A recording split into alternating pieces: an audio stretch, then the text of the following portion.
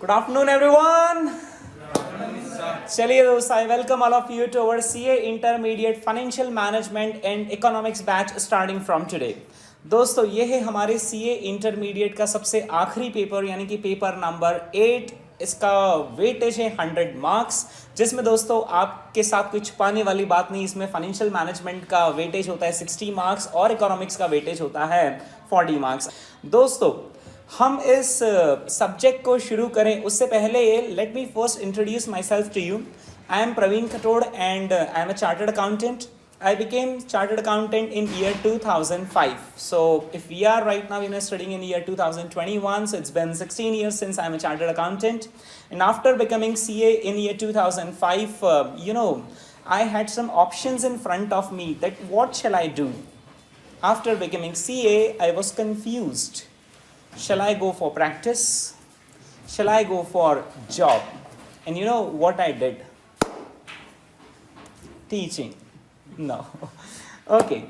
So after becoming chartered accountant in year 2005, actually I went for job. I worked in Infosys at Bangalore, and there I worked for roughly 7 months. Then I moved to Mumbai. In Mumbai, I worked for a financial services company. There I worked for 1.5 years. And then I moved to America. There I worked for 2.5 years.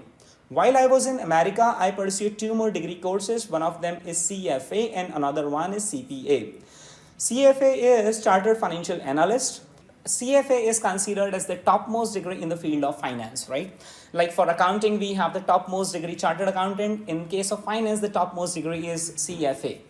Then I also did CPA, Certified Public Accountant from USA. Like we have CAs in India, they have CPAs in America. After pursuing these 2 degree courses and staying there for 2.5 years, my heart said, come back to India, come back to my own country. Then I moved in India in year 2010. And from year 2010, since then, I am into teaching field. So it's been like 11 years.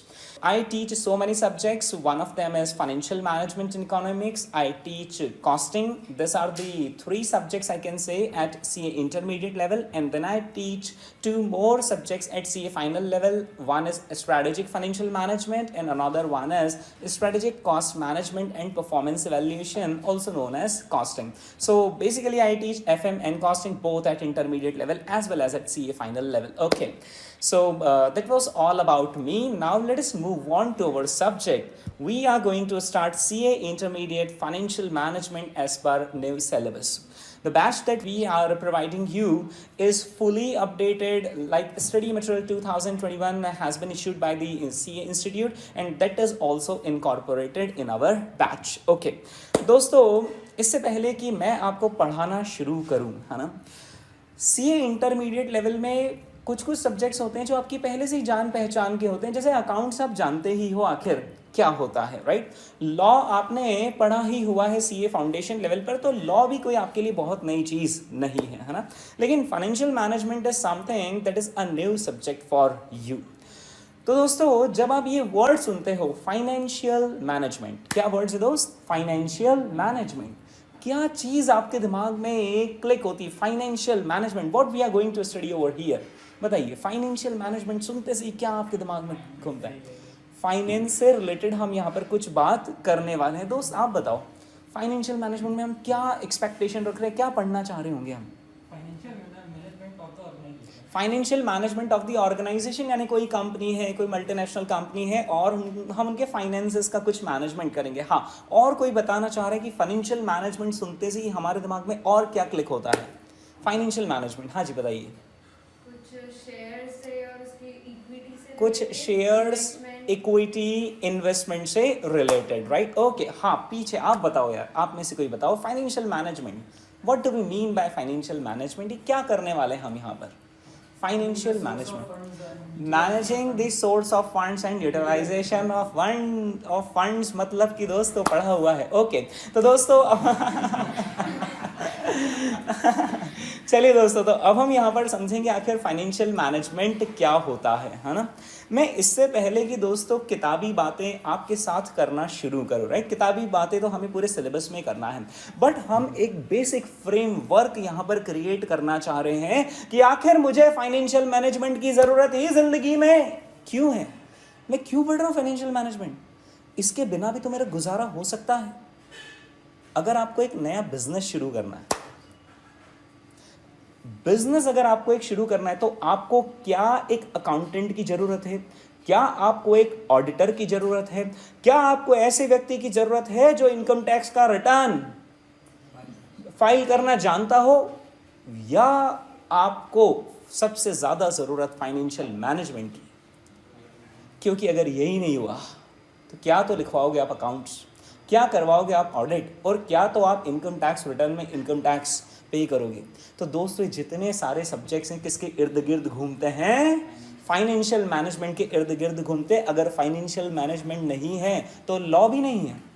फिर law में आप companies act में company क्या create करोगे, क्या company के formalities करोगे, क्या उनके एनुअल रिटर्न्स आप फाइल करोगे, क्या आप ऑडिट करवाओगे। तो कोर कौन है, फाइनेंशियल मैनेजमेंट। और जिस कंपनी ने फाइनेंशियल मैनेजमेंट संभाल लिया उसका तो अकाउंट्स होगा, उसका तो ऑडिट होगा, उसका तो टैक्स रिटर्न फाइल होगा, उसको तो लीगल कंप्लायंसेस की जरूरत पड़ेगी। यानी फाइनेंशियल मैनेजमेंट जो हम पढ़ने वाले हैं वो एक कोर सब्जेक्ट है।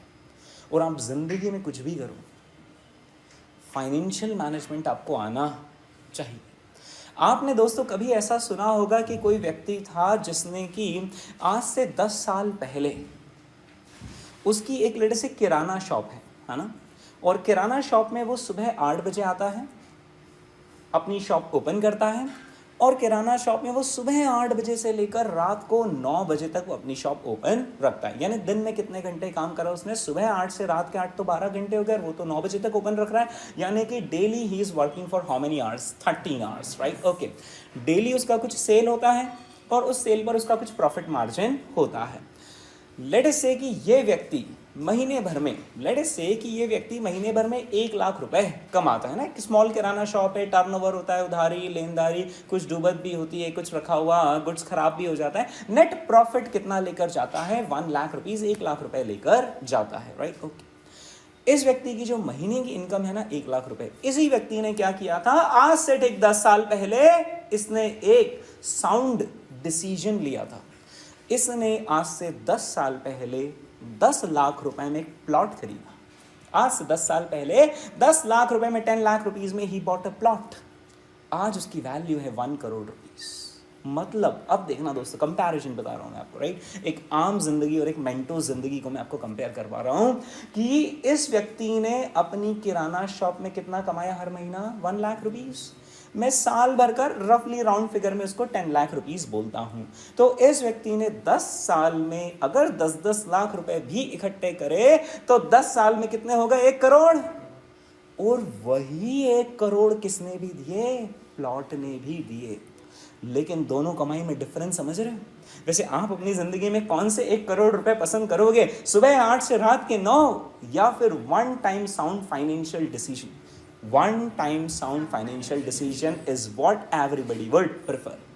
काफ़ी सारे ऐसे लोग हैं जो दिन रात मेहनत करने को कहते हैं कि यार क्यों दिन रात मेहनत कर रहे हो, हमाली कर रहे हो, उसकी बजाय कहीं सही जगह पर इन्वेस्टमेंट कर दो। कई सारे आपने ऐसे किस्से सुने होंगे कि इस व्यक्ति ने MRF का शेयर आज से 20 साल पहले 1 लाख रुपए MRF के शेयर में डाल दिए, और अब इसके पास इतनी धन दौलत इकट्ठी हो गई है कि इसको कुछ भी करने की जरूरत नहीं है, राइट। ऐसा सुना है क्या आपने कभी, राइट? क्या आप भी ऐसा कुछ करना चाहते हो जिंदगी में? हाँ जी। क्या ये ऑडिट में सिखाया जाएगा? क्या ये आपको अकाउंट्स वाले सिखाएंगे? क्या ये लॉ वाले सिखाएंगे? दोस्तों कहाँ सीखेंगे वो हम? फाइनेंशियल मैनेजमेंट में। So financial management is key to live a successful life. यार आप ही बताओ ना, आप सीए क्यों कर रहे हैं? पैसा कमाने के, राइट। पैसा कमाने के 2 तरीके, या तो दिन भर मेहनत करो और पैसा कमाओ, या फिर अपने आप के डिसीजंस को इम्प्रूव कर लो। करेक्ट डिसीजन ले लिया ना तो पैसा ऑटोमेटिकली आता है, राइट। वही तो हम यहाँ पर सीखेंगे, कॉल्ड एज फाइनेंशियल मैनेजमेंट, ठीक है, ओके। देखो यार, मेहनत तो हर इंसान करता है। जो ठेला गाड़ी भी चला रहा है ना, उसकी मेहनत में कहीं कोई कमी नहीं है। जो किसी कंस्ट्रक्शन का काम कर रहा है, बिल्डिंग बन रही है, वहाँ पर वो तगारियाँ उठा रहा है, क्या उसकी मेहनत में कोई कमी है? तो मेहनत तो वो भी 12 घंटे कर रहा है, राइट। लेकिन हमें क्या करना है? हमें दिमागी मेहनत करनी है, राइट। हमें अपने आप के डिसीजंस को इम्प्रूव करना है, फाइनेंशियल डिसीजंस। कुछ लोग ऐसे होते हैं जो कि माना अपने मेन बिजनेस से तो कम कमाते हैं, लेकिन वो इन्वेस्टमेंट से काफ़ी बड़ा पैसा कमा लेते हैं। मैं आपको इसका एक एग्जाम्पल देता हूँ। आप सभी अपने दिमाग में आपके किसी ऐसे रिलेटिव का ख्याल कीजिए जिनके पास अच्छा खासा पैसा, आपको लगता हाँ ये हमारे रिलेटिव, इनके पास अच्छा खासा पैसा। फॉर एग्जांपल हमारे मामा जी हो गए, हमारे फूफा साहब हो गए, कोई हाँ आया कोई किसी का आपके दिमाग में? यस। नाउ थिंक कि उनका जो मेन बिजनेस है, उनकी जो भी टोटल वेल्थ है, आई डोंट नो कि उनकी कितनी टोटल वेल्थ है, राइट। मान लो मैं छोटा सा नंबर लेता हूँ, लेट से उनकी 10 करोड़ की टोटल वेल्थ है, या चलो 50 करोड़ की टोटल वेल्थ है। तो उस टोटल वेल्थ में क्या उन्होंने एक एक रुपया अपने बिजनेस से कमाया है? नहीं। इनफैक्ट ऐसा भी नहीं है कि आधा बिजनेस से कमाया और आधा इन्वेस्टमेंट से कमाया। मैं आपको बता देता हूं कि 80% ऑफ द वेल्थ उन्होंने कहां से कमाई है? इन्वेस्टमेंट से। Do you agree with me? Yes. तो आप आपकी लाइफ में जितनी भी धन दौलत इकट्ठी करेंगे ना, उसका सिर्फ 20% ही आपके रेगुलर बिजनेस से आना है। 80% इनकम कहाँ से आनी है? इन्वेस्टमेंट से आनी है। और वो इन्वेस्टमेंट पार्ट अगर हम मिस कर गए तो फिर हम वही रेगुलर काम करते रहेंगे, राइट। तो दोस्तों यहाँ पर हम सीखेंगे इन्वेस्टमेंट के बारे में। सर आप बात तो बड़ी अच्छी कर रहे हैं कि पैसा लगाना चाहिए और पैसों से पैसा कमाना चाहिए, ये तो हमने भी कभी सुना हुआ है। Don't work for money, let the money work for you. Don't work for money, late money work for you. तो फिर सर आप क्यों पढ़ा रहे? ऐसा आया क्या ख्याल आपके दिमाग में? तो दोस्तों एक बात, आपको क्या करना चाहिए? आपको अपनी लाइफ को 3 हिस्सों में डिवाइड करना चाहिए। लेट अस से कि आपकी लाइफ 60 ईयर्स से anywhere between 75 years on an average हमारी हम लाइफ मानकर चलते हैं, राइट। ओके, 60 ईयर्स से 75 ईयर्स, तो आप इसको 3 इक्वल पार्ट्स में डिवाइड कर लो, यानी रफली 20 to 25 ईयर्स, है ना। जिंदगी के 3 फेज होते हैं। सबसे पहला फेज 1, जो कि 20 से 25 साल की उम्र तक चलता है। सेकेंड फेज को मैं मानता हूं कि वो रफली 40 से 45 ईयर्स की एज तक चलना चाहिए। और फिर थर्ड फेज आता है आफ्टर 40 ईयर्स या फिर आफ्टर 45 ईयर्स। फर्स्ट फेज में हमें खूब पढ़ाई लिखाई करनी चाहिए, काफी सारा नॉलेज इकट्ठा करना चाहिए, हमें काफी सारी नई नई चीजें सीखनी चाहिए। चीजों को सीखने के लिए हमें एक पैशन होना चाहिए। कब? शुरू के 20 से लेकर 25 साल तक काफी सारा नॉलेज जब आप गैदर करेंगे, क्योंकि यही वो उम्र है जब आप बहुत सारा नॉलेज गैदर कर सकते हो, आपके पास समय भी है, राइट। तो फर्स्ट 20 to 25 ईयर्स हमें काफ़ी सारा नॉलेज गैदर करना चाहिए, काफ़ी सारा पैशन हमें होना चाहिए सीखने के लिए। कोई भी नई चीज़ आप सीखोगे क्योंकि वो आपके सेकेंड फेज में काम में आने वाली है। 20 से 25 साल की उम्र लगभग वो साल है जब तक आप सीए बन भी जाओगे, राइट। अब इसके बाद शुरू होता है second phase. Don't work for money, late money work for you. इसके लिए पहले मनी तो होना चाहिए, राइट। अरे अगर आपने 100% रिटर्न कमाने की अपॉर्चुनिटी भी ढूंढ ली, लेकिन जेब में सिर्फ 100 रुपए रखे हुए, तो 100 का 200 ही तो होगा। तो पहले जेब में पैसा इकट्ठा करना पड़ता है, और ये हम करते हैं हमारे सेकंड फेज ऑफ लाइफ में, जो कि रफली 20 to 25 ईयर्स से शुरू होना चाहिए और 40 से 45 ईयर्स में लग रहा हूँ ना इसी उम्र का, इसके बीच तो 20 से 25 से लेकर 40 से 45 के बीच में हमें पैसों के लिए काम करना चाहिए। यानी कि अगर आप सीए इन प्रैक्टिस हो, आपको खूब जोरों शोरों से प्रैक्टिस अपनी जमानी चाहिए, या आप जॉब कर रहे हो तो आपको उसमें खूब तरक्की करनी चाहिए, या आप कुछ भी कर रहे हो, आप अपना बिजनेस चला रहे हो तो आपको उसको सेट करना चाहिए। लेकिन 40 से लेकर 45 ईयर्स की एज तक आपके पास इतना पैसा इकट्ठा हो जाना चाहिए कि फेज 3 में हमें कुछ भी काम करने की जरूरत ना पड़े। क्योंकि अब अगर आपने 40 से 45 ईयर्स की एज तक पैसा इकट्ठा नहीं करा, तो फिर जिंदगी में आप वही करते रह जाओगे जो आप अभी तक करते आ रहे थे। तो दोस्त जिंदगी भर थोड़ी ना काम करना है, राइट? 60 65 70 साल तक हमें थोड़ी ना काम करना है। हम पढ़ लिख क्यों रहे हैं? तो हम शुरुआत में 25 से लेकर 40 45 तक पैसा इकट्ठा करेंगे, लेकिन यहां पर सबसे इंपॉर्टेंट बात है कि जो पैसा इकट्ठा करोगे उसको सही ढंग से इन्वेस्ट करना है, नहीं तो थर्ड फेज में भी हम मजबूरन हमें वही करना पड़ेगा जो हम अभी तक करते आ रहे थे। तो दोस्तों ये स्किल हम यहां पर सीखते हैं कहां पर? फाइनेंशियल मैनेजमेंट में। सर हमें तो ऐसा लग रहा है कि बस ये इंटरमीडिएट का फाइनेंशियल मैनेजमेंट आप हमको फटाफट पढ़ा दो और हम इन्वेस्टमेंट करना सीख जाएंगे।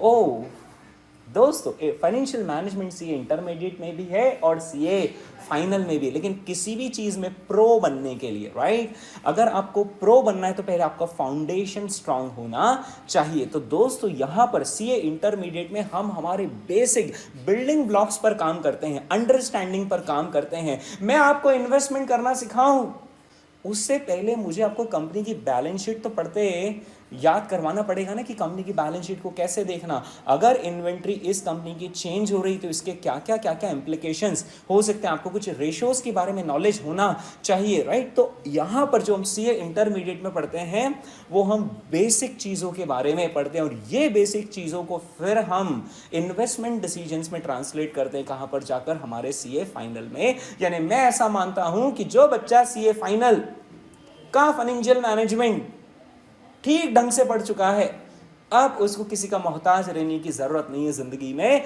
क्योंकि अगर आप ऑडिटर बनना चाहते हो तो आपको क्लाइंट की जरूरत है, अगर आप इनकम टैक्स प्रैक्टिस करना चाहते हो आपको क्लाइंट की जरूरत है, लेकिन अगर आपको शेयर मार्केट से पैसा कमाना है तो आपको किसी व्यक्ति की कोई गरज नहीं है, आपको सिर्फ नॉलेज गैदर करना है और थोड़ा बहुत पैसा हमें चाहिए, थोड़े बहुत पैसे चाहिए, नॉलेज चाहिए, जिंदगी भर हम पैसा छाप लेंगे। तो दोस्तों यहाँ पर फाइनेंशियल मैनेजमेंट एक बहुत ही इंटरेस्टिंग सब्जेक्ट है, राइट? अब सवाल ये उठता है कि सर फाइनेंशियल मैनेजमेंट ही फिर पूरे 100 मार्क्स का दे देता ना सी इंस्टीट्यूट, जब इतनी शानदार चीज़ें, इकोनॉमिक्स क्यों आखिर 40 मार्क्स का डाला? क्योंकि फाइनेंशियल मैनेजमेंट इकोनॉमिक्स के बिना अधूरा है।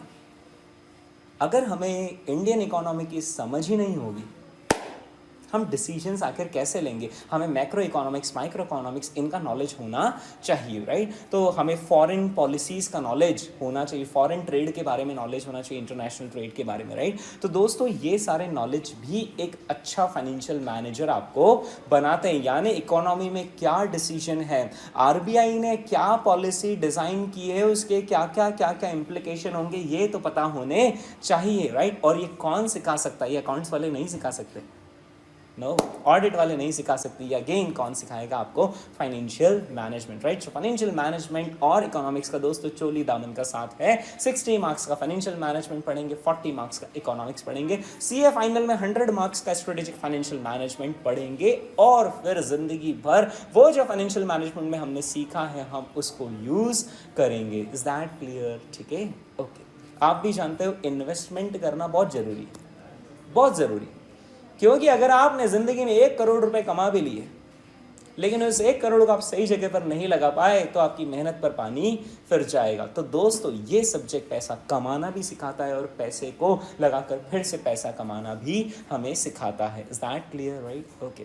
तो दोस्तों यहाँ पर हमने क्या बात करी? फाइनेंशियल मैनेजमेंट के बारे में बात करी, राइट? फाइनेंशियल मैनेजमेंट अगर मैं आपके जॉब के एंगल से भी बोलूँ तो जो सबसे ज़्यादा जॉब ओपनिंग्स होती है ना, तो सबसे ज़्यादा जॉब ओपनिंग्स ही फाइनेंशियल मैनेजमेंट की फील्ड में होती है, क्योंकि हर किसी को फाइनेंशियल मैनेजमेंट की ज़रूरत है।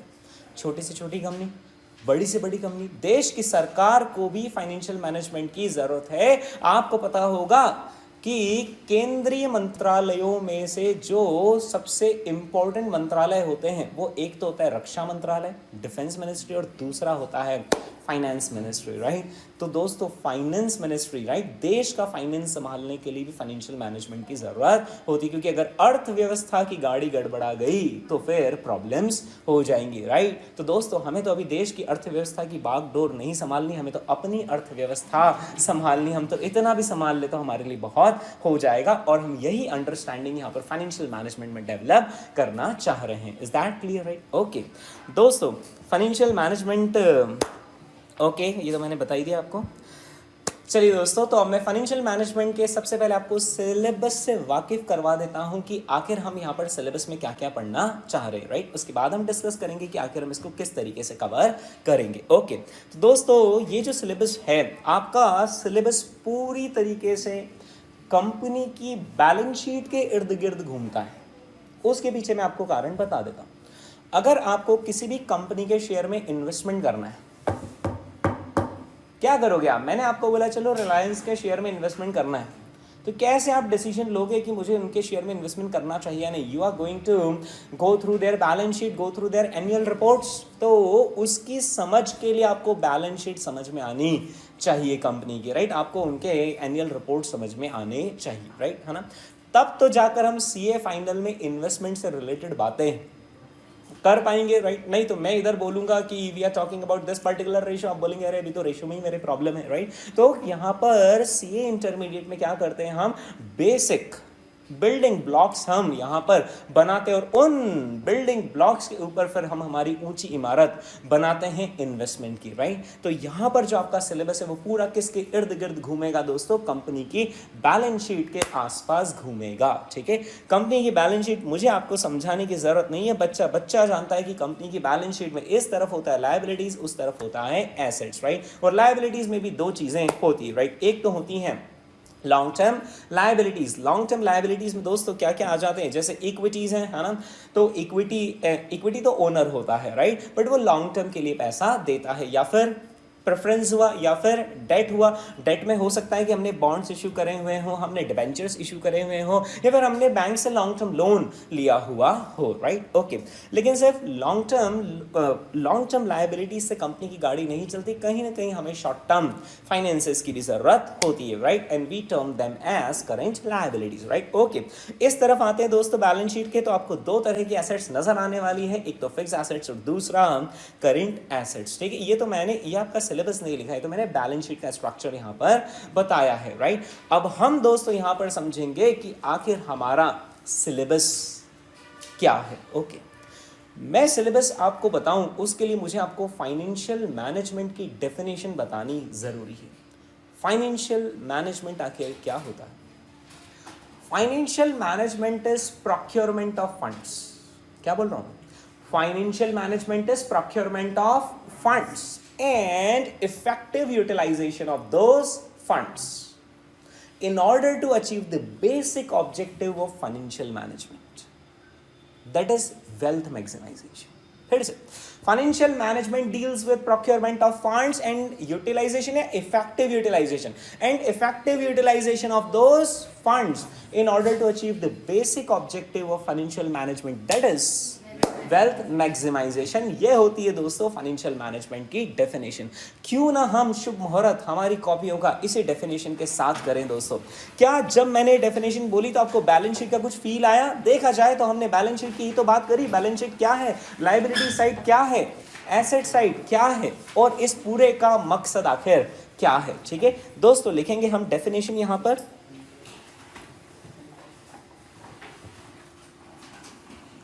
Okay,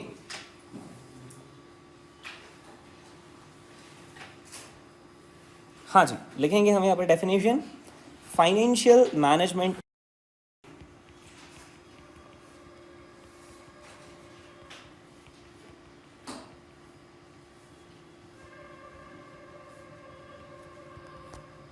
deals with financial management deals with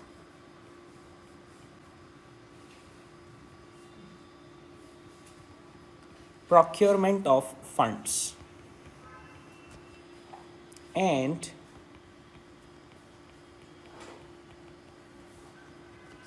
effective utilization of those funds.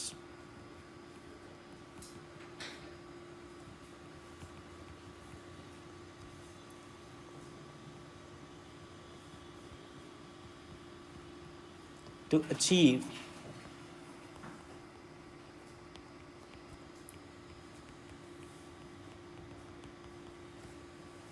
achieve the basic objective of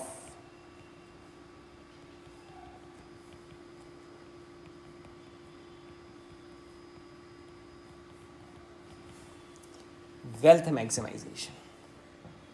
To achieve the basic objective of wealth maximization. यानी मुझे तो ऐसा लग रहा है कि इस डेफिनेशन में 3 कंपोनेंट्स है. सबसे पहला component deals with procurement of funds. The second component deals with effective utilization of those funds, and the third component is wealth maximization. ठीक है, ओके. वेल्थ मैक्सिमाइजेशन कह लूँ या प्रॉफिट मैक्सिमाइजेशन कह लूँ, बात तो एक ही है. अगर आप ऐसा सोचते हैं तो आप गलत हैं. जमीन आसमान का अंतर है प्रॉफिट मैक्सिमाइजेशन में और वेल्थ मैक्सिमाइजेशन में. और यह समझना आपके लिए बहुत ज्यादा जरूरी है कि प्रॉफिट मैक्सिमाइजेशन क्या होता है और वेल्थ मैक्सिमाइजेशन क्या होता है. समझते दोस्तों, आज हम आके प्रॉफिट मैक्सिमाइजेशन क्या होता है और वेल्थ मैक्सिमाइजेशन क्या होता है. आपने दोस्तों व्हाट्सएप के बारे में, है ना, व्हाट्सएप तो ऑलमोस्ट हर कोई चलाता ही है. ओके, व्हाट्सएप की एप्लीकेशन, है ना, ऑलमोस्ट हर किसी के सेल फोन में है व्हाट्सएप, राइट. ओके, इनफैक्ट जब भी हम कोई नया सेल फोन भी लेते हैं तो सबसे पहले कुछ जो चुनिंदा 2-4 एप्लीकेशन हम डाउनलोड करते हैं. सबसे पहले बेसिक, जिसके बिना फ़ोन ही अधूरा है, उसमें काउंट होती है व्हाट्सएप की एप्लीकेशन, है ना. ओके दोस्तों, क्या आपने कभी सोचा है कि व्हाट्सएप को आप 1 भी रुपया देते हैं क्या? क्या आप में से एक ने भी 1 भी रुपया कभी व्हाट्सएप को दिया है? नहीं, मैंने भी नहीं दिया, राइट. मुझे ध्यान है दोस्तों, जब पहली बार व्हाट्सएप डाउनलोड किया था तो उन लोगों ने बोला था कि ये 1 ईयर के लिए फ्री है. ऐसा कुछ याद है क्या आपको कि 1 साल के लिए व्हाट्सएप फ्री है और सेकेंड ईयर से हम चार्ज करेंगे आपसे 500 रुपीज़? ऐसा आप में से किसी को याद है क्या? व्हाट्सएप ने शुरुआत में जब नई नई एप्लीकेशन आई थी, उन्होंने बोला था 1 ईयर के लिए फ्री है और सेकेंड ईयर से हम 500 रुपीज़ चार्ज करेंगे. हमने कहा चलो 1 साल तो चलाएं, तब की तब देखेंगे बाद में. हमने उसको 1 साल पूरा प्रॉपर चलाया और उसके बाद व्हाट्सएप से नोटिफिकेशन आ गया कि आपका 1 ईयर का ट्रायल पीरियड एक्सपायर हो गया, नाउ पे अस 500 रुपीज़. क्या आप में से किसी ने भी 500 रुपये दिए? नहीं, मैंने भी नहीं दिए. पता है हमने क्या किया? इसको अनइंस्टॉल करके हमने फिर से रीइंस्टॉल कर लिया. तो दोस्तों, आपने, मैंने आज तक 1 भी रुपया व्हाट्सएप कंपनी को नहीं दिया. कभी आपने सोचा है कि व्हाट्सएप जो एप्लीकेशन है उसको सपोर्ट करने के लिए कितना सारा उनका खर्चा लगता होगा? उनके एम्प्लॉयज़ हैं, उनके डेटा सर्वर हैं. व्हाट्सएप की एप्लीकेशन वो कभी भी डाउन नहीं जाती. मतलब इतना कंटिन्यूस सपोर्ट, इतना एफिशिएंट सपोर्ट वो दे रहे हैं. डेटाबेस रहता है उनके पास काफ़ी सारा, डेटा के सर्वर की कॉस्ट रहती है, राइट. अगर कंपनी पैसा क्यों नहीं लेती है? कंपनी ने आपसे 1 भी रुपया नहीं लिया और दुनिया में किसी भी व्हाट्सएप यूज़र से उन्होंने 1 भी रुपया नहीं लिया. इनफैक्ट व्हाट्सएप पर तो एडवर्टीजमेंट्स भी नहीं आते हैं क्या व्हाट्सएप पर? कब भी एडवर्टीजमेंट, ऐसा नीचे छोटा सा एडवर्टीजमेंट व्हाट्सएप पर नहीं आता, राइट. यानी व्हाट्सएप का जब आप P&L देखोगे, इनकम स्टेटमेंट देखोगे, तो उनकी रेवेन्यू साइड दिखेगी 0 रुपीज़, जीरो, कई सालों तक 0 रुपीज़. बट फिर भी उनके एक्सपेंसेस हैं. पर आपको पता है कि व्हाट्सएप ने ऐसा क्यों किया? क्योंकि उनको पता था कि कोई आएगा, और आया फेसबुक. कोई आएगा जो हमसे हमारी एप्लीकेशन खरीद कर जाएगा. और आपको पता है फेसबुक ने व्हाट्सएप को कितने में खरीदा? फेसबुक ने व्हाट्सएप को आखिर कितने में खरीदा? रफली 1,20,000 करोड़ में. कितना? छोटी सी एप्लीकेशन यार, हाँ, messaging, chatting, 1,20,000 crore. Think about this कि अगर व्हाट्सएप लालच करता और व्हाट्सएप हमसे बोलता नहीं 500 रुपीज़ तो आपको साल भर के देनी पड़ेंगे क्योंकि आप आपके वो मैसेजेस के पैसे भी तो बचा रहे हो और हम आपको मैसेजिंग एप्लीकेशन दे रहे हैं, यहाँ पर आप ग्रुप बना सकते हैं, सो ऑन व्हाटएवर, राइट. 500 रुपये तो दो प्लीज़. हम क्या करते हैं? हम व्हाट्सएप को करते हैं अनइंस्टॉल और हम चल जाते हैं वीचैट पर, या हम चल जाते हैं और किसी स्नैपचैट पर, हम किसी दूसरी एप्लीकेशन पर चल जाते हैं, हम टेलीग्राम पर अपना अकाउंट बना लेते हैं, वहाँ हम ग्रुप बना लेते हैं. करते कि नहीं करते? 500 रुपये कौन देता? और फिर भी कुछ लोग देते, राइट. क्या व्हाट्सएप के आज की तारीख में दुनिया भर में जितने सब्सक्राइबर्स हैं, जितने लोग व्हाट्सएप को यूज़ कर रहे हैं, you can think of it, right. Bharat की आबादी 125 करोड़, जिसमें से कई करोड़ लोग व्हाट्सएप को यहाँ पर यूज़ कर रहे हैं. दुनिया भर में तो सैकड़ों करोड़ लोग व्हाट्सएप को यूज़ कर रहे हैं. क्या इतने करोड़ यूज़र उनके होते अगर वो पैसे लेते? तो नहीं होते. क्या फेसबुक फिर उनकी इज्जत करता? नहीं, क्योंकि वो छोटा लेवल पर ऑपरेट करते हैं। यानी व्हाट्सएप नाम की कंपनी कुछ 200-500 करोड़ रुपए प्रॉफिट तो कमा लेती, लेकिन वेल्थ नहीं कमा पाती। क्या हल्का फुल्का डिफरेंस समझ में आ रहा है कि आपको? Profit maximization versus wealth maximization. Profit maximization का मतलब होता है कि मैं इस ईयर के P&L अकाउंट में ज्यादा से ज्यादा प्रॉफिट कमाऊं। वेल्थ मैक्सिमाइजेशन का मतलब होता है कि मैं over the life of my business ज्यादा से ज्यादा प्रॉफिट कमाऊं। तो दोस्तों वो काम कहां पर होता है? फाइनेंशियल मैनेजमेंट में वेल्थ मैक्सिमाइजेशन। व्हाट्सएप अगर पैसे चार्ज करता तो सिंपल सी बात है, उसके उतने सब्सक्राइबर्स ही नहीं होते और उसका स्केल छोटा होता और वो 200-500 करोड़ रुपए का प्रॉफिट तो कमा लेता। लेकिन फेसबुक को डर ही नहीं लगता व्हाट्सएप से। क्यों? क्योंकि वो छोटा प्लेयर है, राइट? दोस्तों हमारा जिंदगी में मकसद क्या होना चाहिए? प्रॉफिट मैक्सिमाइजेशन या वेल्थ मैक्सिमाइजेशन? चलो बताओ यार। वेल्थ मैक्सिमाइजेशन हमारा अल्टीमेट गोल है। अमेजॉन बताओ, इंडिया में अमेजॉन प्रॉफिट मेकिंग या loss making? Loss making. Amazon कई सालों तक लॉस पे लॉस इनकर करता रहा। अभी ज़रूर वो लोग अमेरिका के लेवल पर जाकर प्रॉफिटेबल आए हैं, लेकिन कई सारी ऐसी कंट्रीज है जहां पर आज भी अमेजॉन लॉस में काम कर रहा है। आप जानते हो क्यों?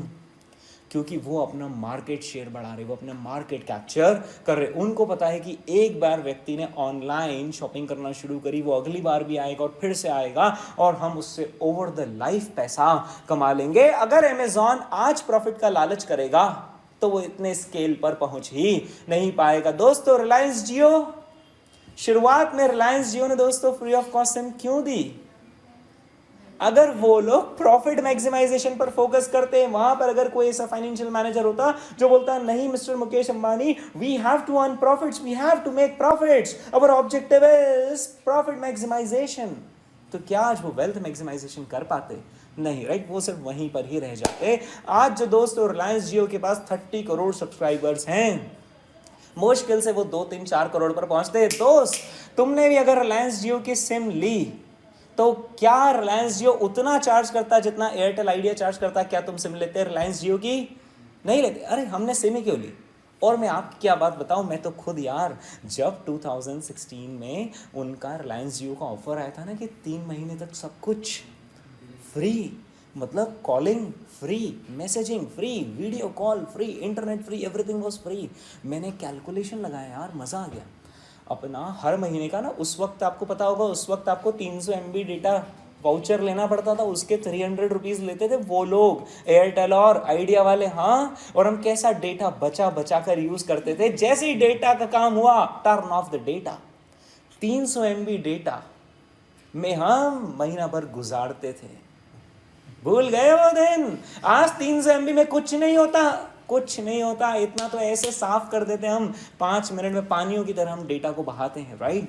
दोस्तों जब हमने देखा 1.5 GB डेटा मिल रहा है, फ्री कॉलिंग मिल रही है, मैंने भी कैलकुलेशन किया यार, मेरा महीने का मोबाइल का ओवरऑल बिल आता है 1500 रुपीज़। क्योंकि उस ज़माने में ऐसा नहीं होता था कि 399 और 499 का रिचार्ज करो और कर लो जितनी बात, उस वक्त हर सेकंड का पैसा लगता था। याद करो वो दिन। तो मैंने कहा यार मेरा 1500-2000 रुपीज़ का बिल आता है और 3 महीने की बात है, 3 महीने में मेरा 6000 रुपये का बिल आएगा। क्यों ना मैं रिलायंस जियो की सिम अपने सेलफोन में डाल लूँ और इसी को यूज़ करूँ आउटगोइंग कॉल के लिए, इनकमिंग इस पर आते रहेंगे। जाना पहचाना सा लग रहा है? तो दोस्तों मैंने भी ऐसा ही दिमाग लगाया, मैंने कहा 6000 रुपये प्रवीण, अगर अपने 6000 रुपये 6000 रुपीज़ बच गए, है ना, तो देखा जाए तो बढ़िया काम हो गया अपना। वैसे भी अपन कितना कमाते हैं, एक आम शिक्षक की इनकम कितनी होती है तो आपको भी पता है। तो मैंने उसको डिवाइड किया 30 से। मैंने कहा यार प्रवीण, अगर अपन ने आज का दिन रिलायंस जियो की सिम को खरीदने में भी लगा दिया तो भी अपन नुकसान में नहीं रहेंगे। मैं अपना आधार कार्ड लेकर वहाँ पर कतार में खड़ा हो गया। आपको पता होगा कतारें लग रही थी उस वक्त। मैंने कहा कोई बात नहीं, अपन कतार में खड़े रहेंगे, 15 लोग आगे खड़े, 4 घंटे भी लगे तो कोई बात नहीं। 6000 रुपीज़ मैंने बचा लिए, जो बचाया सो ही कमाया। मैं वहाँ पर कतार में लगा, आधा पौना घंटा हो गया, मेरा दिमाग काम करने लगा। मैंने कहा वाह, ये वो कंपनी है जिसने आते से ही तहलका मचा दिया। जिसके लिए यहाँ पर जिस सेंटर पे मैं खड़ा हूँ वहाँ तो लाइन लग रही है, लेकिन मैंने देखा कि शहर के हर सेंटर में वो लाइन है। मैंने मेरे एक दो पहचान वालों को पूछा, यार कुछ जुगाड़ है क्या, जियो की सिम की बहुत लाइन है, मतलब जुगाड़ लगानी पड़ेगी। और मैंने देखा यही आलम तो देश भर में भी है, खबरें छप रही पेपर में कि रिलायंस जियो की सिम नहीं मिल रही है, उसके लिए बहुत लंबी लाइन वेटिंग है। मैंने दिमाग चलाया, प्रवीण अब अपने को प्रॉफिट मैक्सिमाइज नहीं करना, ये 6,000 रुपये नहीं बचाने। मैं गया फटाफट मेरे डीमैट अकाउंट में, मेरे ब्रोकर के अकाउंट में, और मैंने कहा खरीदो। क्या करो? रिलायंस का शेयर खरीदो, क्योंकि जिस कंपनी के प्रोडक्ट की इतनी जबरदस्त डिमांड है, जिस कंपनी ने आते से ही एयरटेल, आइडिया, वोडाफोन सबको धूल चटा दी, ये कंपनी तो अब धमाका करेगी। एक काम करो, इस कंपनी का कुछ स्टेक ले लो, इस कंपनी की प्रोग्रेस में हम भी थोड़ा सा पार्टिसिपेट कर लो। और मैंने सही में वहां पर उस वक्त 800 रुपीज का था रिलायंस इंडस्ट्रीज का शेयर। कितने का? 800 रुपीज का था दोस्तों रिलायंस इंडस्ट्रीज का शेयर। वो 800 रुपीज का शेयर मैंने खरीदा। उसके बाद वो शेयर रफली 1700-1800 तक गया। फिर उसको स्प्लिट किया गया, मतलब बोनस दिया गया, लेट अस से 1:1 के रेशियो में। तो मेरे पास जितने नंबर ऑफ शेयर्स थे, अब उसके डबल नंबर ऑफ शेयर्स हो गए। खैर उसकी प्राइस वापस से कहाँ आ गई? 800-900 पर आ गई। और आज की तारीख में जब मैं आपको पढ़ा रहा हूं तो वो शेयर अप्रोक्सीमेटली 2000 रुपीज प्लस का है। मैं 2000 ही लेता हूं। तो आप खुद सोचो यार, मैंने 800 रुपीज में शेयर खरीदा, लेकिन पर शेयर 800 में खरीदा, बट मेरे अब नंबर ऑफ शेयर्स डबल हो गए हैं। तो या तो मैं 2000 रुपीज को 2000 नहीं मानूं, उसको कितना मान लूं? एक तरीके से मेरे लिए तो वो क्या है? 4000। 800 में खरीदा, कितना हो गया? 4000। कितना गुना? 5 times in less than 5 years. In less than 5 years भाई डिविडेंड जो मिला है इस बीच 5 सालों में, मैं तो उसकी तो बात ही नहीं कर रहा हूँ, राइट। तो दोस्तों ऐसा आपका दिमाग चलना चाहिए, right. We have to work on wealth maximization. और ये हकीकत का किस्सा है, मैंने रिलायंस जियो के उस वक्त ही शेयर खरीद ली, और अभी बीच में मैंने क्या करा, एयरटेल के जब शेयर्स नीचे आने लगे, मतलब 2019 में भी वो रफली 400 से नीचे मिल रहा था एयरटेल का शेयर। मैंने दिमाग लगाया, एयरटेल वो कंपनी है जिसने कि 4 साल तक रिलायंस जियो ने जो टफ कंपटीशन दिया उसको उन्होंने सस्टेन कर लिया। तो अब ये कंपनी बाजार से उठने वाली नहीं है, अब ये कंपनी टिक जाएगी। और फिर मैंने देखा डेटा इज द फ्यूचर। आज आप लोग कुछ भी करते हो, आपका लाखों रुपए का भी सेलफोन हो ना, तो बिना डेटा के कुछ भी नहीं है, डब्बा है। आप अपना सेलफोन निकालते हो, सबसे पहला आप यूज ही क्या करते हो? डेटा। यानी बिना टेलीकॉम कंपनीज के हमारा सेलफोन कुछ भी नहीं है।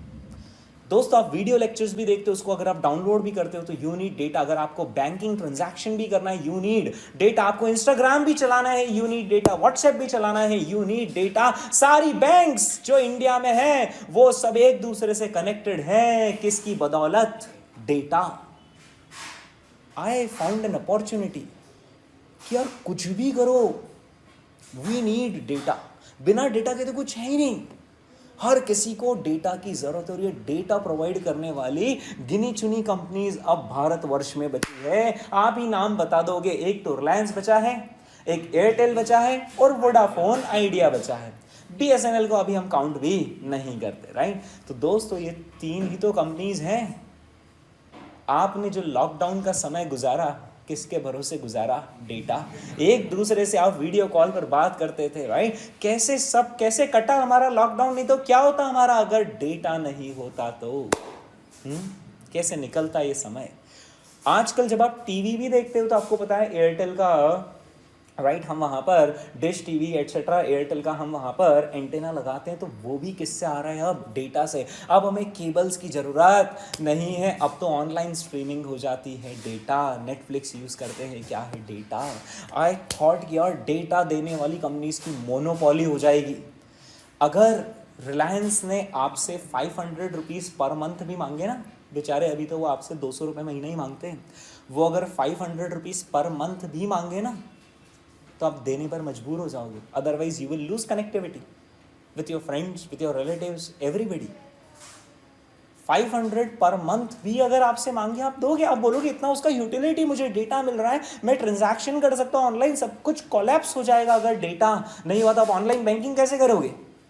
जाना पड़ेगा फिर बैंक, उतना पेट्रोल लगेगा, पेट्रोल भी महंगा होता चला जा रहा है। ऑनलाइन लोगों की मीटिंग हो रही है, जूम मीटिंग हो रही है, सब क्या है दोस्तों? ये डेटा। इस डेटा पर ही तो सब कुछ टिका हुआ है। आप अगर ऑनलाइन कैब बुक करवाते हो, क्या है दोस्तों? ये डेटा, राइट? आई थॉट कि यार डेटा पर ही तो सब कुछ टिका हुआ है, why not by the shares of such companies जो कि डेटा प्रोवाइड कर रही है, क्योंकि अब वो गिनी चुनी कंपनीज हैं। एंड थिंक अबाउट दिस कि क्या अभी कोई भी एक और ऐसी कंपनी है जो मैदान में आने वाली है? कोई नहीं आएगा। आपको पता है रिलायंस जियो ने कितना इन्वेस्टमेंट किया है अपने इंफ्रास्ट्रक्चर में? 2 लाख करोड़। कितना? 2 लाख करोड़। है इंडिया में कोई और ऐसा जो 2 लाख करोड़ रुपए लगाएगा? जिंदगी लग जाती है। 2 लाख करोड़, और 2 लाख करोड़ लगाने मिस्टर मुकेश अंबानी के सामने फिर से कम कर देंगे रेट। आओ, सारा इन्वेस्टमेंट खत्म हो जाएगा, कोई नया प्लेयर नहीं आने वाला। आपने दोस्तों वो एक एनालिसिस पढ़ा होगा ना जिसमें वो threat of new entrants, there is no threat, there is no threat of new entrants. बताओ कोई एंट्री करेगा? छोटे मोटे 2, 5, 10 हजार की कैपिटल से टेलीकॉम कंपनी शुरू नहीं होती है। देश भर में टावर लगाने पड़ते हैं। आपने सोचा कि चलो मैं इस एरिया में टावर लगा दूं, इस एरिया के लोग सेम नहीं, पूरे देश भर में आपका जाल बिछाना पड़ेगा और उसमें कितना सारा इन्वेस्टमेंट लगता है। तो there is no threat of new entrant, बस जो प्लेयर हैं वो पक्के हो गए। तो ये फ्यूचर, तो ऐसी सारी सोच डेवलप दोस्तों हम कहाँ पर करते हैं? फाइनेंशियल मैनेजमेंट में। और मैं कह रहा था आपको कि व्हाट्सएप ने आखिर फ्री में क्यों दिया, अमेजॉन आखिर लॉस खाकर भी क्यों अपनी एप्लीकेशन चलाता है, रिलायंस जियो ने आखिर लॉस में क्यों दिया?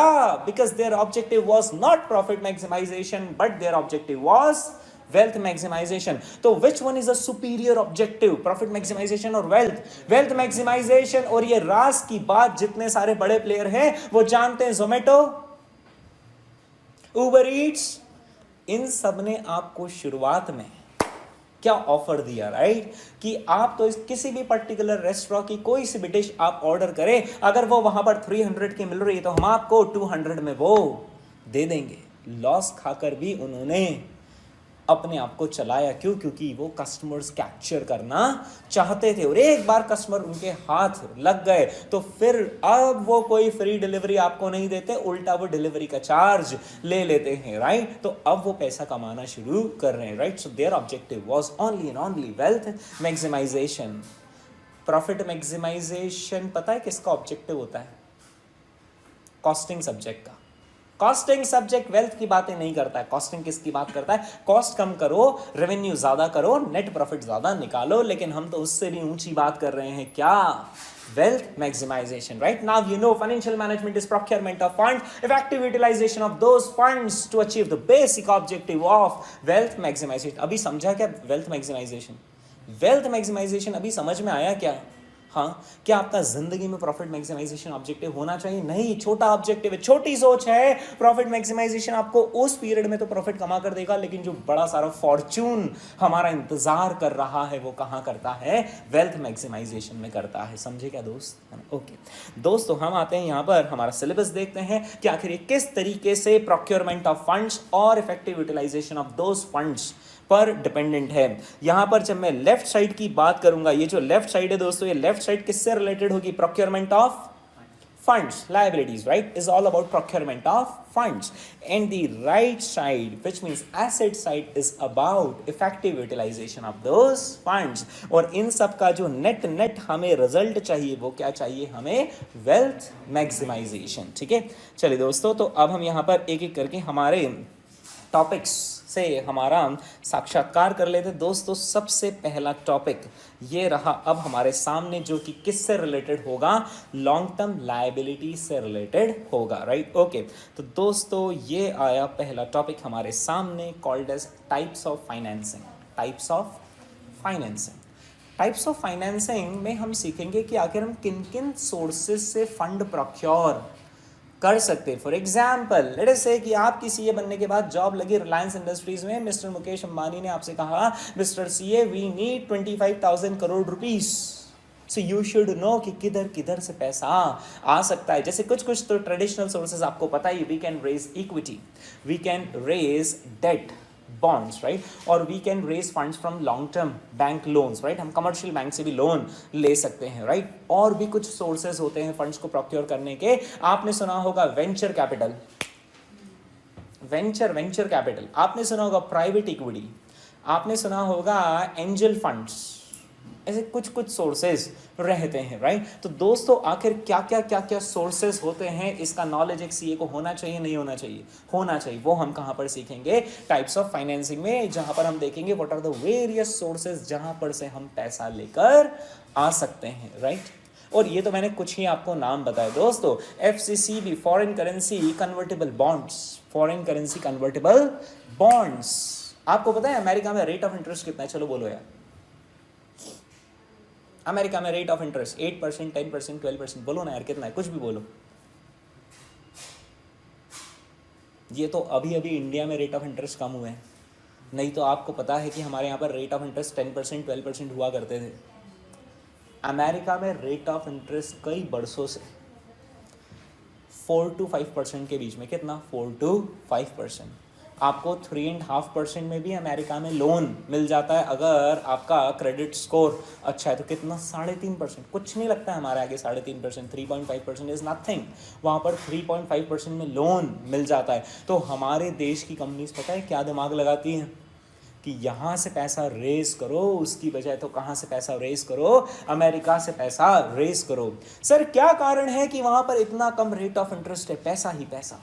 और जहां पर पैसा ही पैसा इतना होगा तो ऑटोमेटिकली रेट ऑफ इंटरेस्ट कम हो जाएगी, राइट? तो दोस्तों वहां पर रेट ऑफ इंटरेस्ट काफी कम है, तो इसलिए काफी सारी कंपनी फॉरेन से लोन लेती है, राइट? तो उसके लिए हमें फॉरेन से लोन लेने के आखिर कौन कौन से इंस्ट्रूमेंट है उसके बारे में पता होना चाहिए। वो हमें सिखाता है हमारा पहला चैप्टर, क्या? Types of financing. ओके दोस्तों, इसके बाद दूसरे चैप्टर का नाम बताइए मुझे, क्या है? Cost of capital. Mister Mukesh Ambani ने आपको कहा मिस्टर सीए हमें 25,000 करोड़ रेज करने। हमने कहा mister Mukesh Ambani we can raise this money through equity, through debt, through commercial bank, और we can raise through foreign. Then he will ask but then from which source shall we raise the funds? नहीं, sources इतने सारे हैं लेकिन पैसा आखिर कहां से रेज करें? तो इसका जनरल नॉलेज से क्या जवाब आता है? वहां से पैसा रेस करो ना, फिर जहां से हमें पैसा कम में मिल रहा है ना। आपको ने देखा होगा ना, हमें तो पैसा जो भी देगा वो उसके बदले में कुछ ना कुछ हमसे लेगा। तो आखिर कौन से सोर्स से हमारी चीपेस्ट फंडिंग हो रही है? तो उसके लिए आपको हर सोर्स का क्या कैलकुलेट करना पड़ेगा? दोस्तों चैप्टर का नाम क्या है? आपको हर सोर्स का क्या कैलकुलेट करना पड़ेगा? Cost of capital. ये कैलकुलेशन करना आना चाहिए नहीं आना चाहिए? आना चाहिए, राइट? क्योंकि प्रोक्योरमेंट ऑफ फंड्स में आपको ये तो पता ही होना चाहिए ना कि सोर्सेस क्या क्या है और हर सोर्स से पैसा रेस करने की कॉस्ट क्या है, राइट? तो सोर्सेस ऑफ फाइनेंसिंग हम कहां सीखते हैं? चैप्टर 1 में। Then in chapter number 2 we learn about how to calculate cost of raising funds from various sources of finance. ठीक है, जब आप इक्विटी से भी पैसा रेस करते हो ना तो उसकी कुछ कीमत होती है, उसको डिविडेंड देना पड़ता है, उसको शेयर प्राइस में अप्रिसिएशन की एक्सपेक्टेशन होती है, राइट? जब आप बैंक से भी लोन लेते हो तो वो हमसे इंटरेस्ट लेते हैं, है ना? सर ये तो चैप्टर हमको पढ़ने की ज़रूरत ही नहीं, कॉस्ट ऑफ कैपिटल। मैं बता देता हूँ आपको कॉस्ट ऑफ कैपिटल कैसे कैलकुलेट करते हैं। सर आप तो सवाल पूछो, फॉर एग्जाम्पल बैंक से लोन लिया। हाँ मैंने कहा बैंक से लोन लिया, सर बताइए रेट ऑफ इंटरेस्ट कितना है? मैंने बोला रेट ऑफ इंटरेस्ट 8% है। तो सर आ तो गया जवाब, cost of capital is 8% because rate of interest is 8%। क्या इतना आसान होता है? क्या बैंक आपसे बाकी सारे नाटक नौटंकी नहीं करवाते जैसे प्रोसेसिंग फी? क्या प्रोसेसिंग फी भी कॉस्ट ऑफ कैपिटल का हिस्सा होना चाहिए? जी हाँ होना चाहिए, क्योंकि वो कॉस्ट हम बेयर कर रहे हैं। जब आप फॉर एग्जांपल होम लोन लेने जाते हो तो होम लोन का ब्याज तो चुकाते ही चुकाते हो, उनको प्रोसेसिंग फी भी आप पे करते हो और आप अपना मकान उनको गिरवी रखते हो, राइट, कोलैटरल। उसके लिए आपको रजिस्ट्रार में जाकर उसका मॉर्टगेज करवाना पड़ता है, मॉर्टगेज करवाने के भी पैसे होते हैं और मॉर्टगेज छुड़वाने के भी पैसे होते हैं रजिस्ट्रार में। ये सारी कॉस्ट कौन जोड़ेगा, राइट? तो इन सारी कॉस्ट को इनकॉर्पोरेट करते हुए हम सीखते हैं how to calculate overall cost of capital. वो हम सीखते हैं दोस्तों हमारे सेकंड चैप्टर में, called as cost of capital. समझ रहा है क्या, राइट? ओके, फिर दोस्तों इसके बाद हम आते हैं हमारे थर्ड चैप्टर पर। थर्ड चैप्टर का नाम है कैपिटल स्ट्रक्चर। कैपिटल स्ट्रक्चर दोस्तों यहां पर हम पूंजी के ढांचे के बारे में बात करेंगे, यानी जो बैलेंस शीट की लायबिलिटी साइड है उसमें हम इक्विटी से भी पैसा ले सकते हैं, हम डेट से भी पैसा ले सकते हैं, राइट? वैसे आपकी जनरल नॉलेज से बताइए कि कहां से पैसा सस्ते में मिलता है? इक्विटी से पैसा सस्ते में मिलता है, डेट से पैसा हमेशा सस्ते में मिलेगा। उसके पीछे कारण क्या है? क्योंकि रिस्क भी डेट के केस में कम होती है।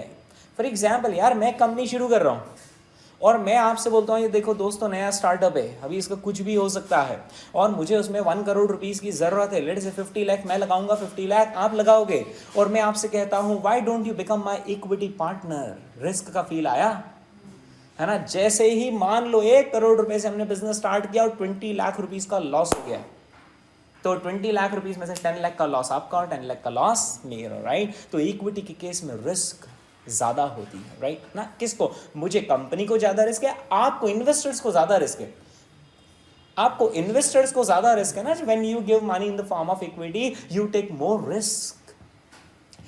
आपने बोला सर क्यों ना ऐसा करे, आप जो आपके 50 लाख लगा रहे वो इक्विटी के नाम से लगा दो, और हम जो हमारे 50 लाख रुपीस लगा रहे वो हम डेट के नाम से लगा रहे। अब सारी रिस्क किसके ऊपर आ गई? मेरे ऊपर। कल को अगर वो जो 20 लाख रुपीस का लॉस होता है ना, वो पूरा किसकी कैपिटल से साफ हो जाएगा? मेरी कैपिटल से। अब मेरा अमाउंट 50 लाख की बजाय 40 नहीं बल्कि 30 लाख ही रह गया। आप तो अपने पूरे 50 लाख लेकर जाएंगे, यानी आपका भी लॉस होगा, लेकिन बहुत बाद में जब मेरा पूरा इक्विटी का पैसा साफ हो जाएगा तब आपका लॉस ट्रिगर होगा, लेकिन उसमें काफी समय, which means you have got a lot of question before your loss gets triggered, right? Okay, तो इसलिए क्योंकि अब डेट से पैसा देने के केस में आपकी रिस्क कम है तो आप रिटर्न भी कम चाहोगे, राइट? अब मैं कंपनी के एंगल से बात करता हूं, राइट?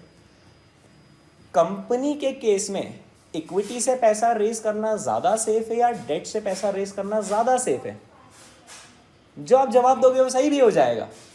कंपनी, मैं हूं कंपनी और मैं इक्विटी से पैसा रेस करूं तो मैं सेफ हूं, या मैं डेट से पैसा रेस करूं तो मैं सेफ हूं? जब मैं इक्विटी से पैसा रेस करूं तो मैं सेफ हूं, क्योंकि कोई मेरे कंपनी की चौखट पर आकर खड़े होकर पैसा नहीं मांग सकता, बिकॉज ये तो इक्विटी है, मुझे उसको रिटर्न करने की भी जरूरत नहीं, और मैं 10 साल तक डिविडेंड नहीं दूं, कोई मेरे खिलाफ आवाज नहीं उठा सकता। लेकिन मैंने अगर डेट से पैसा लिया है तो मुझे उसको हर साल इंटरेस्ट देना पड़ेगा, और जब भी लोन का टेन्योर पूरा होगा मुझे कहीं से भी उसका पैसा अरेंज करना पड़ेगा, राइट? तो मैं एज अ कंपनी इक्विटी से पैसा रेस करता हूं तो मैं सेफ हूं, और डेट से पैसा रेस करता हूं तो मैं रिस्क पर हूं। ठीक है, इज दैट क्लियर? है ना? थोड़ा अलग अलग चेंज हो रहा है। इन्वेस्टर, एज एन इन्वेस्टर सोचोगे तो इक्विटी रिस्की है, क्योंकि पूरा पैसा डूब सकता है और आप जाकर मांग भी नहीं सकते हो। लेकिन डेट में आप सेफ हो as an investor, equity is risky and debt is safe. लेकिन उसका अपोजिट तो कंपनी के केस में होगा। कंपनी के केस में equity is safe but debt is risky, क्योंकि मैंने डेट ले लिया और मैं नहीं पे कर पाया तो मैं बैंकरप्ट हो जाऊंगा। अगर मैंने इक्विटी ली और सब डूब भी गई तो मैं बैंकरप्ट नहीं होऊंगा, राइट? ओके, तो फिर देखा जाए तो कंपनी को फिर हमेशा पैसा किससे रेस करना चाहिए? इक्विटी से। लेकिन हमेशा पैसा इक्विटी से रेस नहीं किया जाता। क्यों नहीं किया जाता? क्योंकि कल को फिर आपने उस 1 करोड़ रुपीस पर कुछ भी रुपया कमाया तो वो सब में बटेगा। डाइल्यूशन वर्ड आपने सुना होगा, राइट? फिर प्रॉफिट हम कितना भी कमा लें, मान लो मैंने 1 करोड़ रुपीस लगाकर 1 करोड़ रुपीस कमाए तो ये सब में बटेंगे। यही अगर मैं थोड़ा पैसा डेट से रेस कर लेता तो मुझे उसको पूरा प्रॉफिट का हिस्सा नहीं देना पड़ता, सिर्फ उसको 8% 10% जो भी रेट ऑफ इंटरेस्ट है वो देता और मेरा रिटर्न अब ज्यादा होता, राइट? तो कंपनी क्या सेफ्टी सिर्फ देखती है या रिटर्न भी देखती है? रिटर्न भी देखती है, राइट? अगर वो सिर्फ सेफ्टी देखती तो फिर पैसा सिर्फ किससे रेस करती?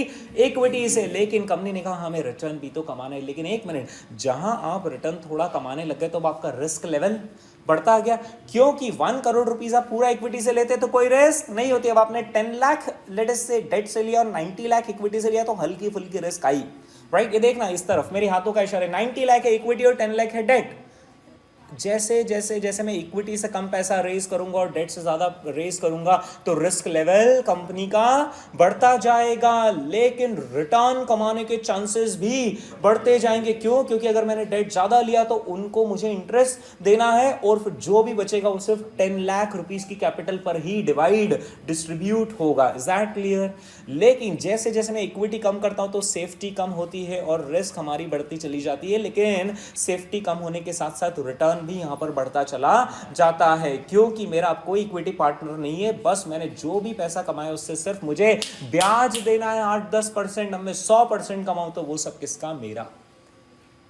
तो क्या हमें फिर 1 रुपए की इक्विटी रखनी चाहिए और 99 लाख रुपए का डेट रखना चाहिए? 99,99,999 नहीं, क्योंकि उस केस में आपके रिस्क लेवल बहुत ज्यादा बढ़ जाएगा। थोड़ा सा भी लॉस हुआ तो आप बैंकरप्ट हो जाओगे, राइट। तो एक ना ऑप्टिमम कैपिटल स्ट्रक्चर नाम का कॉन्सेप्ट होता है। क्या वर्ड्स बोले मैंने? ऑप्टिमम कैपिटल स्ट्रक्चर, जो कि एक बैलेंस बनाता है कि आपको कितना इक्विटी रेज करना चाहिए और कितना डेट रेज करना चाहिए, ताकि ऐसा भी नहीं हो कि आपकी रिस्क बहुत ज्यादा बढ़ जाए और ऐसा भी नहीं हो कि आपके रिटर्न्स कम पड़ जाए।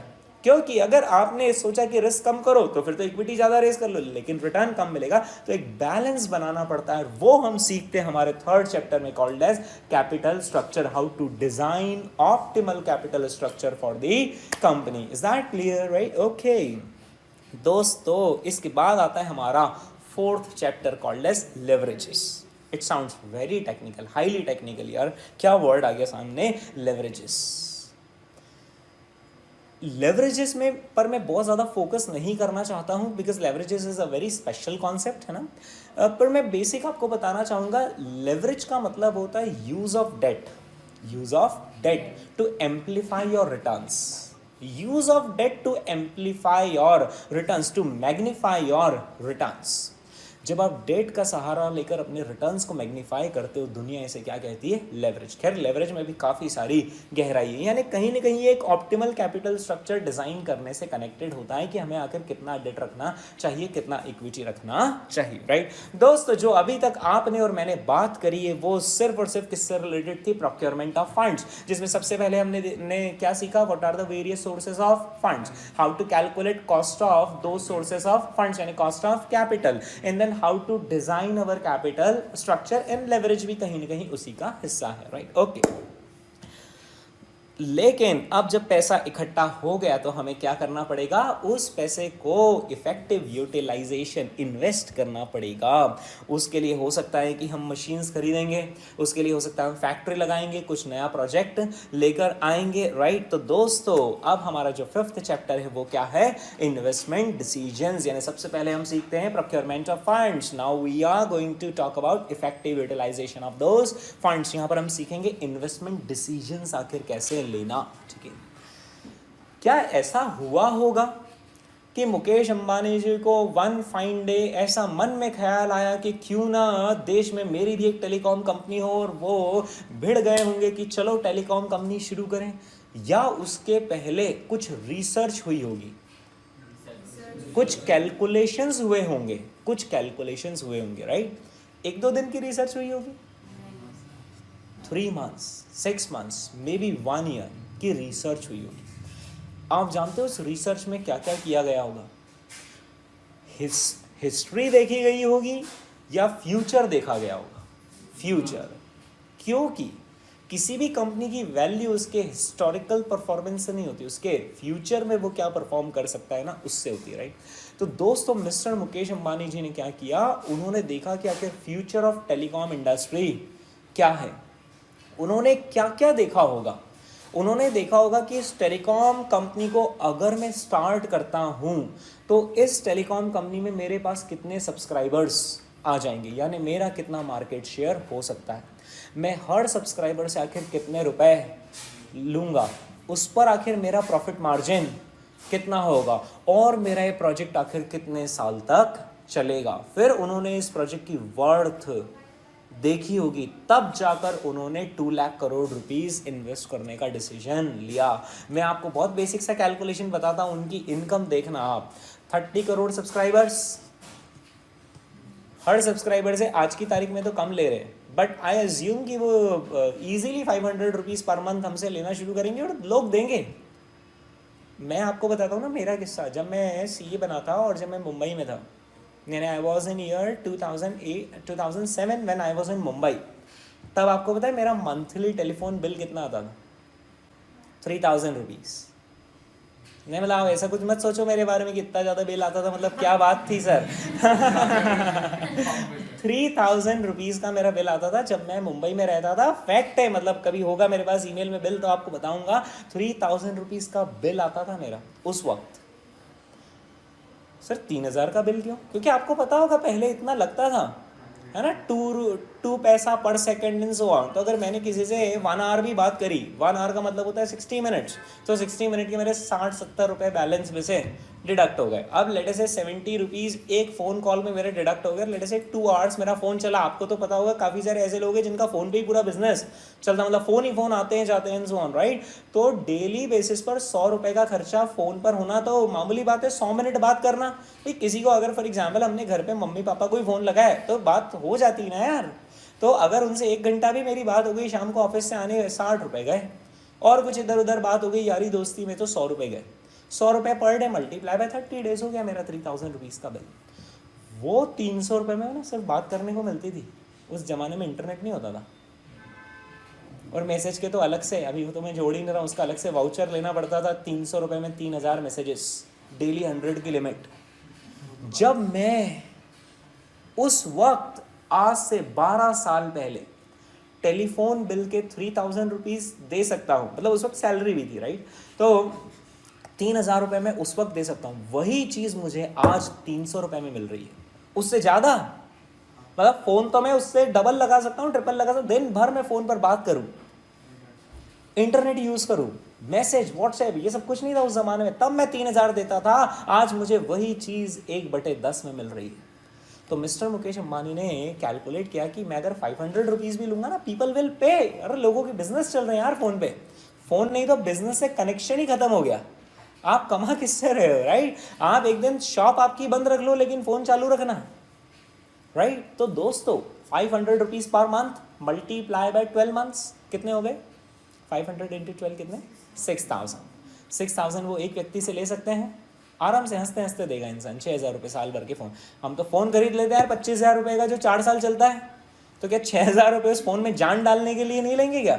6000 रुपीज़, 6000 रुपीज़ एक सब्सक्राइबर से मल्टीप्लाई है। कितने सब्सक्राइबर रिलायंस जियो के? 30 करोड़। करो ज़रा 6000 मल्टीप्लाई है 30 करोड़, बहुत सारा हो गया। 6000 मल्टीप्लाई बाय 30 करोड़, ज़रा करो यार कैलकुलेट। ओ माय गॉड, कितना हो गया? हाँ, 1,80,000 करोड़ हो गया। 1,80,000 करोड़ का मिस्टर मुकेश अंबानी को रेवेन्यू दिखा, 1,80,000 करोड़ का। और ये तो सिर्फ मैं टेलीकॉम सब्सक्राइबर्स की बात कर रहा हूँ। अभी वो जियो फी और जियो को ब्रॉडबैंड, ये तो सब अभी अलग ही हैं, सब अभी अलग है। मैं तो बेसिक की बात कर रहा हूँ यार, और 500 रुपये महीने की बात कर रहा हूँ मैं। इतना ईजिली कोई भी पे करेगा। तो सिंपल सी बात है दोस्तों, जहां इंसान को रेवेन्यू दिखा 1,80,000 करोड़ का रेवेन्यू, जो फ्यूचर में बढ़ेगा ही सही, कम नहीं होगा, तो 1 साल का ही रेवेन्यू हो गया यार इतना। तो 2 लाख करोड़ तो कुछ भी नहीं, क्योंकि जो आज टेलीकॉम टावर लगाया उसको तो हम अगले 10 साल 20 साल तक यूज़ करेंगे, और धीरे धीरे वो इस बिज़नेस को यूज़ करके दूसरे बिजनेस भी ग्रो कर लेंगे। ये सब हम कहाँ सीखते हैं? इन्वेस्टमेंट डिसीजंस में, जिसका दूसरा नाम है कैपिटल बजटिंग। क्या? कैपिटल बजटिंग, जिसमें हम देखते हैं हम कहाँ, जहाँ हम कैपिटल लगा रहे हैं, हम उसका एक लॉन्ग टर्म बजट बनाते हैं कि हम कितना पैसा लगाएंगे और उस पैसे से आखिर कितना पैसा कमाएंगे। क्या वो प्रोजेक्ट हमारे लिए फ़ायदे का सौदा होगा या नहीं, वो इवैल्यूएट करना हम सीखते हैं इन्वेस्टमेंट डिसीजंस चैप्टर में, ठीक है, ओके। लेकिन जितने भी सारे प्रोजेक्ट्स हम लगाएंगे ना, हर प्रोजेक्ट में कुछ ना कुछ रिस्क होती है। ये तो रिलायंस की किस्मत बहुत अच्छी है। क्या किस्मत क्या होता है, किस्मत बोलना तो गलत हो जाएगा, मेहनत करी, टैलेंट लगाया, स्ट्रैटेजीज लगाई, राइट उन्होंने, और जितने सारे वीक टेलीकॉम प्लेयर्स थे ना सबको उठाकर मार्केट से बाहर फेंक दिया। आज से 4 साल पहले स्पाइस भी हुआ करता था, और वो यूनिनॉर भी हुआ करता था, और वीडियोकॉन भी होता था, और आप बता रहे टाटा डोकोमो भी होता था, राइट, सबको उठाकर उन्होंने बाहर फेंक दिया, राइट। तो सिंपल सी बात है, उन्होंने क्या करा, स्ट्रेटजी लगाई कि जितने वीक प्लेयर्स हैं, जितने कमज़ोर हाथ हैं, सबको उठाकर बाहर फेंको, सिर्फ बड़ी कंपनीज यहाँ पर होनी चाहिए, क्योंकि तभी तो आपकी मोनोपोली क्रिएट होगी और आप धीरे धीरे बढ़ाओगे तो भी लोगों को वो पे करना पड़ेगा यार। जब हम 100 रुपये लीटर का पेट्रोल डलवा सकते हैं ना, तो हम 500 रुपये मोबाइल के लिए तो दे ही सकते हैं, क्योंकि हम सुबह उठते हैं तब भी हम मोबाइल यूज़ करते हैं, रात को सोते हैं जब भी हम मोबाइल के साथ ही सोते। तो सिंपल सी बात है यार, इसके लिए बेसिक चीज है, 500 रुपये कोई भी देगा। आप अगर आप कोई सा गेम भी खेलते हो ना, तो आज की तारीख में सारे गेम्स ऑनलाइन होते हैं, तो 500 रुपये आराम से देगा। ये उन्होंने कहाँ देखा, कैपिटल बजटिंग में देखा। लेकिन हर प्रोजेक्ट में रिस्क होती है, और रिस्क को हमें इग्नोर नहीं करना चाहिए, राइट। तो वो रिस्क को आखिर कैसे कंसीडर करें, वो हम सीखते हैं हमारे नेक्स्ट चैप्टर में, called as risk analysis in capital budgeting, right. समझ रहे हैं ना, कोई सा भी आप जिंदगी में प्रोजेक्ट करने जाओगे, you will look at both sides of the coins, returns as well as risk. आपको जिंदगी में कुछ भी करना है, लेट्स से आप एक स्टार्टअप भी शुरू करते हो, तो स्टार्टअप में रिटर्न्स भी नजर आने चाहिए, और क्या रिस्क है वो भी नजर आनी चाहिए। रिटर्न्स कहाँ देखेंगे, 5th चैप्टर में। रिस्क कहाँ देखेंगे, 6th चैप्टर में, ठीक है। Is that clear? समझ रहा है आपको सिलेबस क्या है यार, है ना? ओके ओके दोस्तों, क्या हमने लॉन्ग टर्म लायबिलिटीज के बारे में बात कर ली? क्या हमने फिक्स एसेट्स के बारे में बात कर ली? यस, बिकॉज कैपिटल बजटिंग यानी फिक्स एसेट्स हुआ, राइट। ओके, अब इनको क्यों इग्नोर करें, करंट एसेट्स और करंट लायबिलिटीज को, राइट। क्योंकि करंट एसेट्स और करंट लायबिलिटीज का मैनेजमेंट भी उतना ही इंपॉर्टेंट होता है जितना इंपॉर्टेंट लॉन्ग टर्म लायबिलिटीज और फिक्स एसेट्स का मैनेजमेंट होता है। खैर दोस्तों, आपसे एक सवाल है, करंट एसेट्स और करंट लायबिलिटीज को दोनों को नेट ऑफ कर दूं तो जो नंबर आता है दुनिया उसे क्या कहती है, वर्किंग कैपिटल, राइट। और वर्किंग कैपिटल का मैनेजमेंट आखिर किस तरीके से किया जाए वो हम सीखते हैं हमारे नेक्स्ट चैप्टर में, called as management of working capital. यहाँ पर हम सीखेंगे वर्किंग कैपिटल को आखिर किस तरीके से मैनेज किया जाए। वर्किंग कैपिटल को मैनेज करना बहुत ज़रूरी है, अदरवाइज बिजनेस में आप काफ़ी सारी अपॉर्चुनिटीज फॉरगो कर जाओगे। क्योंकि कई बार ऐसा होता है कि एक टेंडर निकला है, उस टेंडर के लिए हमें बिड डालनी है, लेकिन उस टेंडर में पहले हमें 10-20% काम करना पड़ेगा, तब जाकर उस टेंडर का प्रोग्रेस पेमेंट हमें मिलेगा। लेकिन अफसोस, हमारे हाथ में तो पैसा ही नहीं, हाथ में पैसा होना ज़रूरी है, ताकि जो उस वक्त अपॉर्चुनिटीज आए आप उसे ग्रैब कर सको। वो कैसे करना दोस्तों हम सीखते हैं कहाँ पर, 7th चैप्टर में, मैनेजमेंट ऑफ वर्किंग कैपिटल, जहां पर हम रिसीवेबल्स मैनेजमेंट के बारे में सीखेंगे, पेबल्स मैनेजमेंट के बारे में सीखेंगे, इन्वेंट्री मैनेजमेंट के बारे में सीखेंगे, कैश मैनेजमेंट के बारे में सीखेंगे, राइट। मतलब बहुत सारी लेयर्स है इस चैप्टर के अंदर, राइट। ओके दोस्तों, देखा जाए तो क्या हमने पूरी की पूरी बैलेंस शीट कवर कर ली है? हाँ जी, यस। साल भर जब आप बिजनेस को चलाओगे, आप इधर लायबिलिटीज मैनेज करोगे, आप इधर एसेट्स मैनेज करोगे, वर्किंग कैपिटल मैनेज करोगे, अंत में आपको नतीजा मिलेगा कुछ प्रॉफिट। हमें डेट का भी ध्यान नहीं रखना है, डेट को तो उसका इंटरेस्ट पे हो चुका होगा, लेकिन जब profit at the end of the year table पर हमारे सामने होगा, लेट अस से 500 करोड़ का प्रॉफिट हमारे सामने टेबल पर रखा हुआ है at the end of the year, now there is one decision pending. What is that decision? कि आखिर इन 500 करोड़ को रख लिया जाए या बांट दिया जाए, आखिर कितना रख लिया जाए और कितना बांट दिया जाए, ये डिसीजन लेना बहुत इंपॉर्टेंट है। क्योंकि अगर आपने अपने इक्विटी शेयर होल्डर्स को अप्रोप्रिएट रिवॉर्ड नहीं दिया तो फिर वो आपकी कंपनी में फर्दर इन्वेस्टमेंट नहीं करेंगे, हो सकता है वो इन्वेस्टमेंट निकाल कर चले जाएं, आपके शेयर्स की वैल्यू डाउन हो जाएगी और आपकी मार्केट वैल्यू डाउन हो जाएगी, right. So it is equally important to keep your equity share holders happy by paying them some dividends. दोस्तों, आखिर कितना डिविडेंड दिया जाए ताकि वो लोग खुश रहेंगे, वो हम सीखते हैं हमारे 8th चैप्टर में, कॉल्ड एज डिविडेंड डिसीजंस, ठीक है, डिविडेंड डिसीजंस। देखा जाए तो दोस्तों मुझे तो ऐसा लग रहा है कि अल्टीमेटली फाइनेंशियल मैनेजमेंट में 3 तरह के डिसीजंस ही लेने होते हैं। एक तो फाइनेंसिंग डिसीजंस, दूसरे होते हैं इन्वेस्टमेंट डिसीजंस और तीसरे होते हैं डिविडेंड डिसीजंस, राइट? ओके दोस्तों, जब आप पढ़ाई करते होंगे सीए फाउंडेशन में, तो आप अपने फ्रेंड से जब बात करते होंगे तो आप उसकी प्रोग्रेस के बारे में जानना चाहते थे ना हर बार कि यार तेरा कितना हो गया यार, तूने लॉ कितना कर लिया, तूने अकाउंट्स कितना कर लिया, राइट?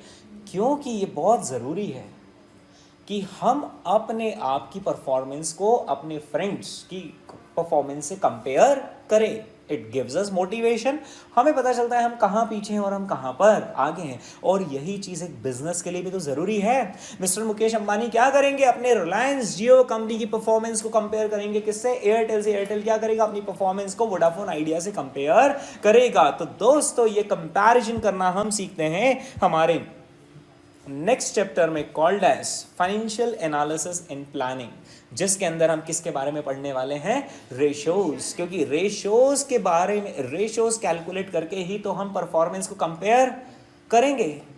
सर रेशियोज क्यों कैलकुलेट करना जरूरी है? बिना रेशियो के कैलकुलेशन के परफॉर्मेंस कंपेयर नहीं हो पाएगी, क्योंकि हर कंपनी का साइज अलग अलग रहता है। हर कंपनी का साइज अलग अलग रहता है, राइट? अब आप बोलोगे कि अंबानी जी ने 10,000 करोड़ का प्रॉफिट कमाया और इस कंपनी ने 200 करोड़ का प्रॉफिट कमाया, तो देखा जाए तो प्रॉफिट का अमाउंट तो उन्होंने ज्यादा कमाया, लेकिन एक परसेंटेज भी तो होता है, राइट? तो दोस्तों वो रेशियोज क्या करते हैं, अलग अलग जो डिफरेंट साइज की कंपनीज को रहती है उनको एक कॉमन ग्राउंड पर लेकर आते हैं और कंपैरिजन करवाते हैं। सर ये रेशियोज तो हमने 11वीं 12वीं में स्कूल में ही पढ़ लिया था। आपने जो वहां पर पढ़ा था वो था रेशियोज। जो आप और हम यहां करेंगे वो क्या है? Ratio analysis. रेशियो कैलकुलेट तो कंप्यूटर भी कर देगा, रेशियो का analysis is what we have to learn. Ratios को देखकर भविष्य पहचानना, राइट? कुंडली में ग्रह तो बिठाना आसान है, लेकिन उन ग्रह का एनालिसिस करना, उससे फ्यूचर प्रेडिक्ट करना, ये हम यहाँ पर सीखेंगे रेशियो एनालिसिस में, राइट? तो दोस्तों ये हमने देखे हमारे इन 9 चैप्टर्स जो कि हमें यहाँ पर कवर करने हैं। ओके आप क्या वहाँ पर चैप्टर्स के नाम नोट करना चाहते हैं, या वो आपके वैसे जो आपको किताब मिलेगी उसके अंदर सारे चैप्टर्स के नाम ऑलरेडी लिखे हैं, राइट? तो क्यों अब अपन लिखें, ठीक है? This are the 9 chapters which are ultimately related to procurement, to utilization and wealth maximization, right? आपको फाइनेंशियल मैनेजमेंट का थोड़ा आइडिया हो रहा है दोस्तों, है ना? ओके अब हम यहाँ पर कुछ हमारी क्लास से रिलेटेड बातें करना चाहते हैं कि सर आखिर आप टीचिंग मटेरियल क्या यूज़ करेंगे, नोट्स आखिर आप क्या यूज़ करेंगे। तो दोस्तों हमारी क्लास की आपको एक बुकलेट मिलेगी और उस बुकलेट के अंदर थ्योरी भी रहेगी और उसके अंदर क्वेश्चंस भी रहेंगे, राइट? तो दोस्तों वो जो बुकलेट आपको मिलेगी उसके अंदर आखिर में क्वेश्चंस कहाँ से लेकर आया हूँ, कहाँ से लेकर आया हूँ दोस्तों? स्टडी मटेरियल से लेकर आया हूँ। आपका अपना स्टडी मटेरियल जो सीए इंस्टीट्यूट इशू करता है, राइट? मैं वहाँ से क्वेश्चन लेकर आया हूँ। फिर इसके बाद मैं प्रैक्टिस मैनुअल भी आपने कभी सुना होगा, right? There is something called as practice manual, उसके अंदर भी क्वेश्चंस होते हैं, मैं वहाँ से भी क्वेश्चन लेकर आया हूँ। Then past exam papers, right? जो अटेम्प्ट हो जाते हैं उसमें जो क्वेश्चन पूछे जाते हैं उनके सोल्यूशन होते हैं, राइट? वहाँ से क्वेश्चन आपको मिले।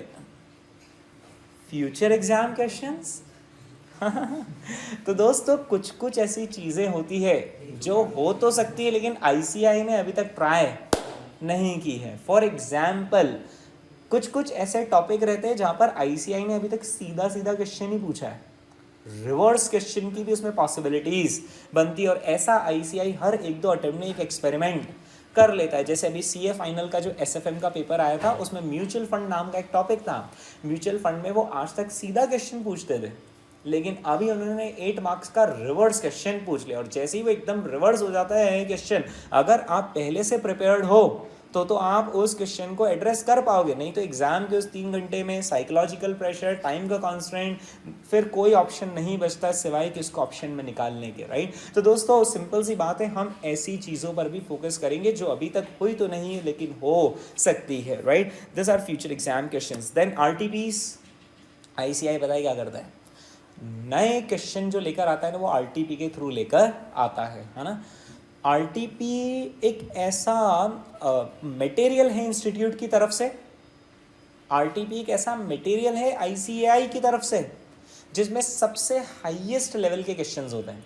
यानी जो टफ या ट्रिकी क्वेश्चंस होते हैं ना वो यूजुअली आरटीपी में आते हैं। देखो समझो इंस्टीट्यूट की लेयर क्या रहती है, जो सिंपल क्वेश्चन होते हैं ना वो स्टडी मटेरियल में मिलते हैं।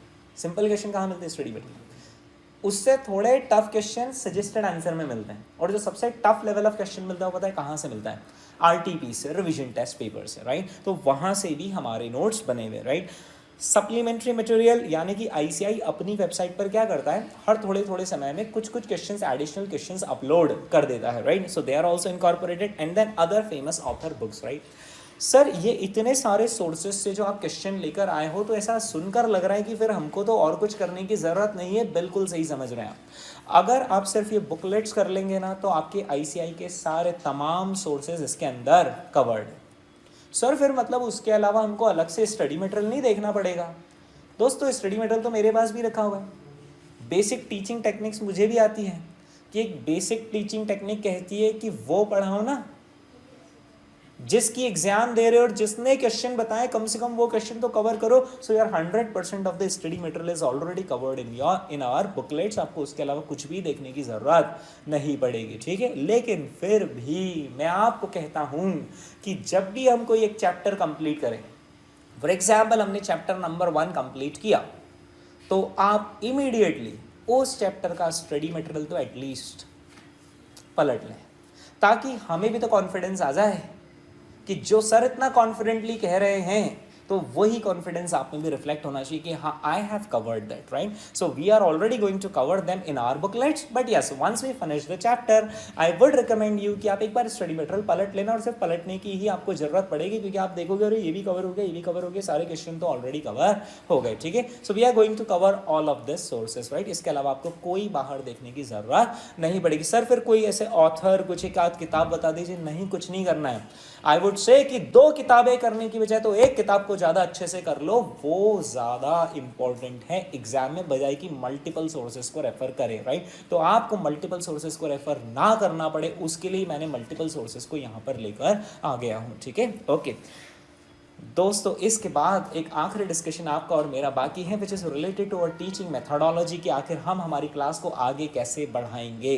तो दोस्तों जब भी मैं कोई सा भी आपको चैप्टर शुरू करूंगा तो सबसे पहले हम उस चैप्टर का लर्निंग ऑब्जेक्टिव सेट करेंगे और उसका हम कॉन्सेप्चुअल फ्रेमवर्क देखेंगे, राइट। यानी कि बेस बनाएंगे हम किसी भी चीज़ का, राइट, है ना। मैं सीधे आपको आकर ये नहीं बोलूंगा कि ये रहा कॉस्ट ऑफ कैपिटल, ये रहे 3 फॉर्मूला। हाँ, पहले तो आधे घंटे आप और मैं आमने सामने बात करेंगे कि आखिर क्यों कर रहे हैं, इसकी क्या जरूरत है, इसका क्या इंपॉर्टेंस है। जैसे मैं आपको भी बताता हूं कि कॉस्ट ऑफ कैपिटल कैलकुलेट करना क्यों इंपॉर्टेंट है, क्योंकि जो भी आप प्रोजेक्ट लगाने जा रहे हो उस प्रोजेक्ट से आप कुछ ना कुछ रिटर्न कमाओगे। कम से कम कितना रिटर्न कमाना है ये तो पता होना चाहिए। कैसे पता लगेगा? Bye calculating cost of capital, because we should at least earn more than our cost of capital, then only the project is worth doing, right। तो ये सारा हम ना पहले conceptual framework बनाएंगे कि आखिर हम जिंदगी में इस चैप्टर को पढ़ क्यों रहे हैं, वो समझाना आपको कि क्यों पढ़ रहे हैं। तो फिर तो यूं समझा दूंगा कि क्या पढ़ना है, इज दैट क्लियर, ठीक है। पर क्यों आना बहुत जरूरी है, राइट। कई बार ऐसा हो जाता है, जैसे आपने सीए फाउंडेशन में इंटीग्रेशन डिफरेंशिएशन पढ़ा होगा या छोड़ा भी होगा। इसलिए पता है आपने क्यों छोड़ा? क्योंकि आपको पता ही नहीं कि इंटीग्रेशन डिफरेंशिएशन मेरे किस काम में आएगा। नहीं पता आपको। आपको सिर्फ ऐसा लगा कि इंटीग्रेशन डिफरेंशिएशन सिर्फ मैथ्स है और ये मैथ्स वालों का काम है, और हमको तो ये भी नहीं पता कि ये लोग भी क्यों पढ़ते हैं। क्योंकि जब मैं बाहर निकलता हूँ, बाहर की दुनिया में मैं बाइक चलाता हूँ, इधर उधर देखता हूँ, तो मुझे तो कहीं इंटीग्रेशन डिफरेंशिएशन नजर नहीं आता। आपने स्टेटिस्टिक्स में स्टैंडर्ड डेविएशन पढ़ा, आप जानते हो डेविएशन, हाँ कुछ कैलकुलेट हो जाता है, बट आपको ये नहीं पता मैंने ऐसा क्यों किया, उसका यूज क्या है। जब तक ना किस चीज का यूज समझ में नहीं आएगा ना, आप सिर्फ उसको किताबी ज्ञान के रूप में लोगे और फिर से आप उसको छोड़ दोगे। क्या आप में से किसी को पता है कि स्टैंडर्ड डेविएशन क्यों कैलकुलेट करते थे, उसका क्या यूज है? मैं आज आपको समझाता हूं उसका क्या यूज है। जब आप share market, sir share market में स्टैंडर्ड डेविएशन, जब आप शेयर मार्केट में किसी शेयर में इन्वेस्ट करते हो ना, तो उस शेयर में कितना रिटर्न मिल सकता है ये तो देखा ही जाता है। उस शेयर में इन्वेस्टमेंट करके कितनी रिस्क है ये भी पता की जाती है, और वो शेयर में इन्वेस्ट करने में कितनी रिस्क है ना, वो स्टैंडर्ड डेविएशन बताता है। सर पढ़ा तो उसको मैथ्स में था, हाँ वो काम में हमें फाइनेंशियल मैनेजमेंट में। सर मतलब 1 मिनट, स्टैंडर्ड डेविएशन से रिस्क कैसे निकलेगी? दोस्तों मेरी तरफ देखना, एक शेयर है, शेयर का ग्राफ ऐसा कुछ रहता है, ओके ये रहा शेयर 1 और एक ऐसा शेयर, रोलर कोस्टर राइड। बताओ किस में रिस्क ज्यादा है? रोलर कोस्टर राइड में, क्योंकि उसमें डेविएशंस। तो दोस्तों जब हम शेयर मार्केट में रिस्क को कैलकुलेट करेंगे, नंबर चाहिए ना, नंबर कहां से आएगा? By looking at the deviations, by measuring the deviation, right? क्योंकि जिस शेयर में डेविएशंस कम है मतलब उसमें रिस्क कम है, क्योंकि वो ज्यादा नीचे जाता नहीं, ज्यादा ऊपर जाता नहीं, मतलब उसमें रिस्क कम है। और जो अचानक से ऊपर भी जा सकता है, नीचे भी जा सकता है, उसमें रिस्क ज्यादा है। लेकिन इस रिस्क को कैलकुलेट और क्वांटिफाई तो करना पड़ेगा ना, वो हम किसकी मदद से करते हैं? Standard deviation, right? काश मैं ये आपको स्टैंडर्ड डेविएशन सिखाने से पहले बता देता तो मंजर ही कुछ और होता कि हाँ यार जो हम करने जा रहे हैं उसका क्या यूज है, राइट? तो ऐसे बहुत सारे कॉन्सेप्ट होते हैं जो हम सीखते तो हैं लेकिन सिर्फ किताबी एंगल से सीख लेते हैं, क्या पता है जिंदगी में कभी काम में आने वाले, पता ही नहीं। जैसे इंटीग्रेशन डिफरेंशिएशन का अभी तक आपको यूज नहीं पता है, वो इंटीग्रेशन डिफरेंशिएशन का भी यूज फाइनेंशियल मैनेजमेंट में होता है। सर पर हमने तो छोड़ दिया था उसको तो जितना हमारे काम का होगा ना उतना हम वापस से रिपीट करते हैं, है ना? बट हम इंटीग्रेशन डिफरेंशिएशन तक नहीं जाते हैं, लेकिन इंटीग्रेशन डिफरेंशिएशन के कॉन्सेप्ट्स को यूज करके फाइनेंशियल मैनेजमेंट के फॉर्मूलाज बनते हैं, है ना? खैर वो आपको इंटरमीडिएट लेवल पे कम और फाइनल लेवल पर उसका ज़्यादा यूज़ है, राइट? तो इन सारी चीज़ों का यूज़ जानना ना पहले ज़रूरी है। बताया कि मैं सीधा आकर आपको इंटीग्रेशन के वो रूल्स लिख दूंगी, ये रहे इंटीग्रेशन के रूल और ये रहे डिफरेंशिएशन के रूल, आप फिर सिर्फ उसको रूल समझोगे, ये तो समझोगे ही नहीं कि आखिर ज़िंदगी में कहाँ पर काम में आता है, right? So to develop interest in anything पहले ये तो पता होना चाहिए कि यार ये काम में कहां पर आ रहा है। वो हम क्या करते हैं, हर टॉपिक का सबसे पहले क्या बनाते हैं दोस्तों? कॉन्सेप्चुअल फ्रेमवर्क बनाते हैं। फिर उसके बाद मैं आपको कॉम्प्रिहेंसिव एग्जाम्पल देता हूं। क्या करता हूं? कॉम्प्रिहेंसिव एग्जाम्पल जो मैंने खुद ने बनाया है, यानी कि मैं एक सिचुएशन उठाऊंगा, क्वेश्चन उठाऊंगा, एक एग्जाम्पल लूंगा, कुछ डेटा लूंगा और उस डेटा पर हम उस चैप्टर के कॉन्सेप्ट्स को समझेंगे। उस पर हम व्हाट इफ एनालिसिस करेंगे कि अगर इसकी बजाय ऐसा होता तो क्या होता, वैसा होता तो क्या होता। यानी कि हम क्या करेंगे, अब एक कॉम्प्रिहेंसिव एग्जाम्पल लेंगे। ये कॉम्प्रिहेंसिव एग्जाम्पल वो एग्जाम्पल होगा जो अगले आने वाले 10, 20, 30 क्वेश्चन के कॉन्सेप्ट को अपने आप में समेटे हुए होगा, जिससे कि हमें कॉन्सेप्चुअल अंडरस्टैंडिंग हो जाए, राइट? फिर उसके बाद आता है कॉन्सेप्ट को अप्लाई करने का मौका, यानी कि अब हम क्या करेंगे दोस्तों, प्रैक्टिस क्वेश्चंस करेंगे जिस पर हम कॉन्सेप्ट्स को अप्लाई करेंगे, राइट? ओके, अब क्या, इतना सब करने के बाद क्या, इतना सब करने के बाद मैं आपको बताता हूं क्या आलम होता है कि आपने देखा होगा कि सीए फाउंडेशन में ना आखिरी दिनों में गाड़ी गड़बड़ा जाती है, और आखिरी दिनों में नहीं, आखिरी दिन में गाड़ी गड़बड़ हो जाती है, यानी कि हम रिवाइज करने बैठते और रिवीजन ही कंप्लीट नहीं होता है। रिवाइज करने बैठे, हमने पूरा सब्जेक्ट उठा लिया, पूरी और रिवीजन ही, और ये छूट गया, अब एक काम करो इसको छोड़ो। ऐसा हुआ है क्या आपके साथ? यस, मैं आपको बताता हूँ क्या मिस्टेक हुई आपसे। आपने टाइम टेबल तो बनाया होगा, नहीं टाइम टेबल तो आप बनाते हो ना आपका।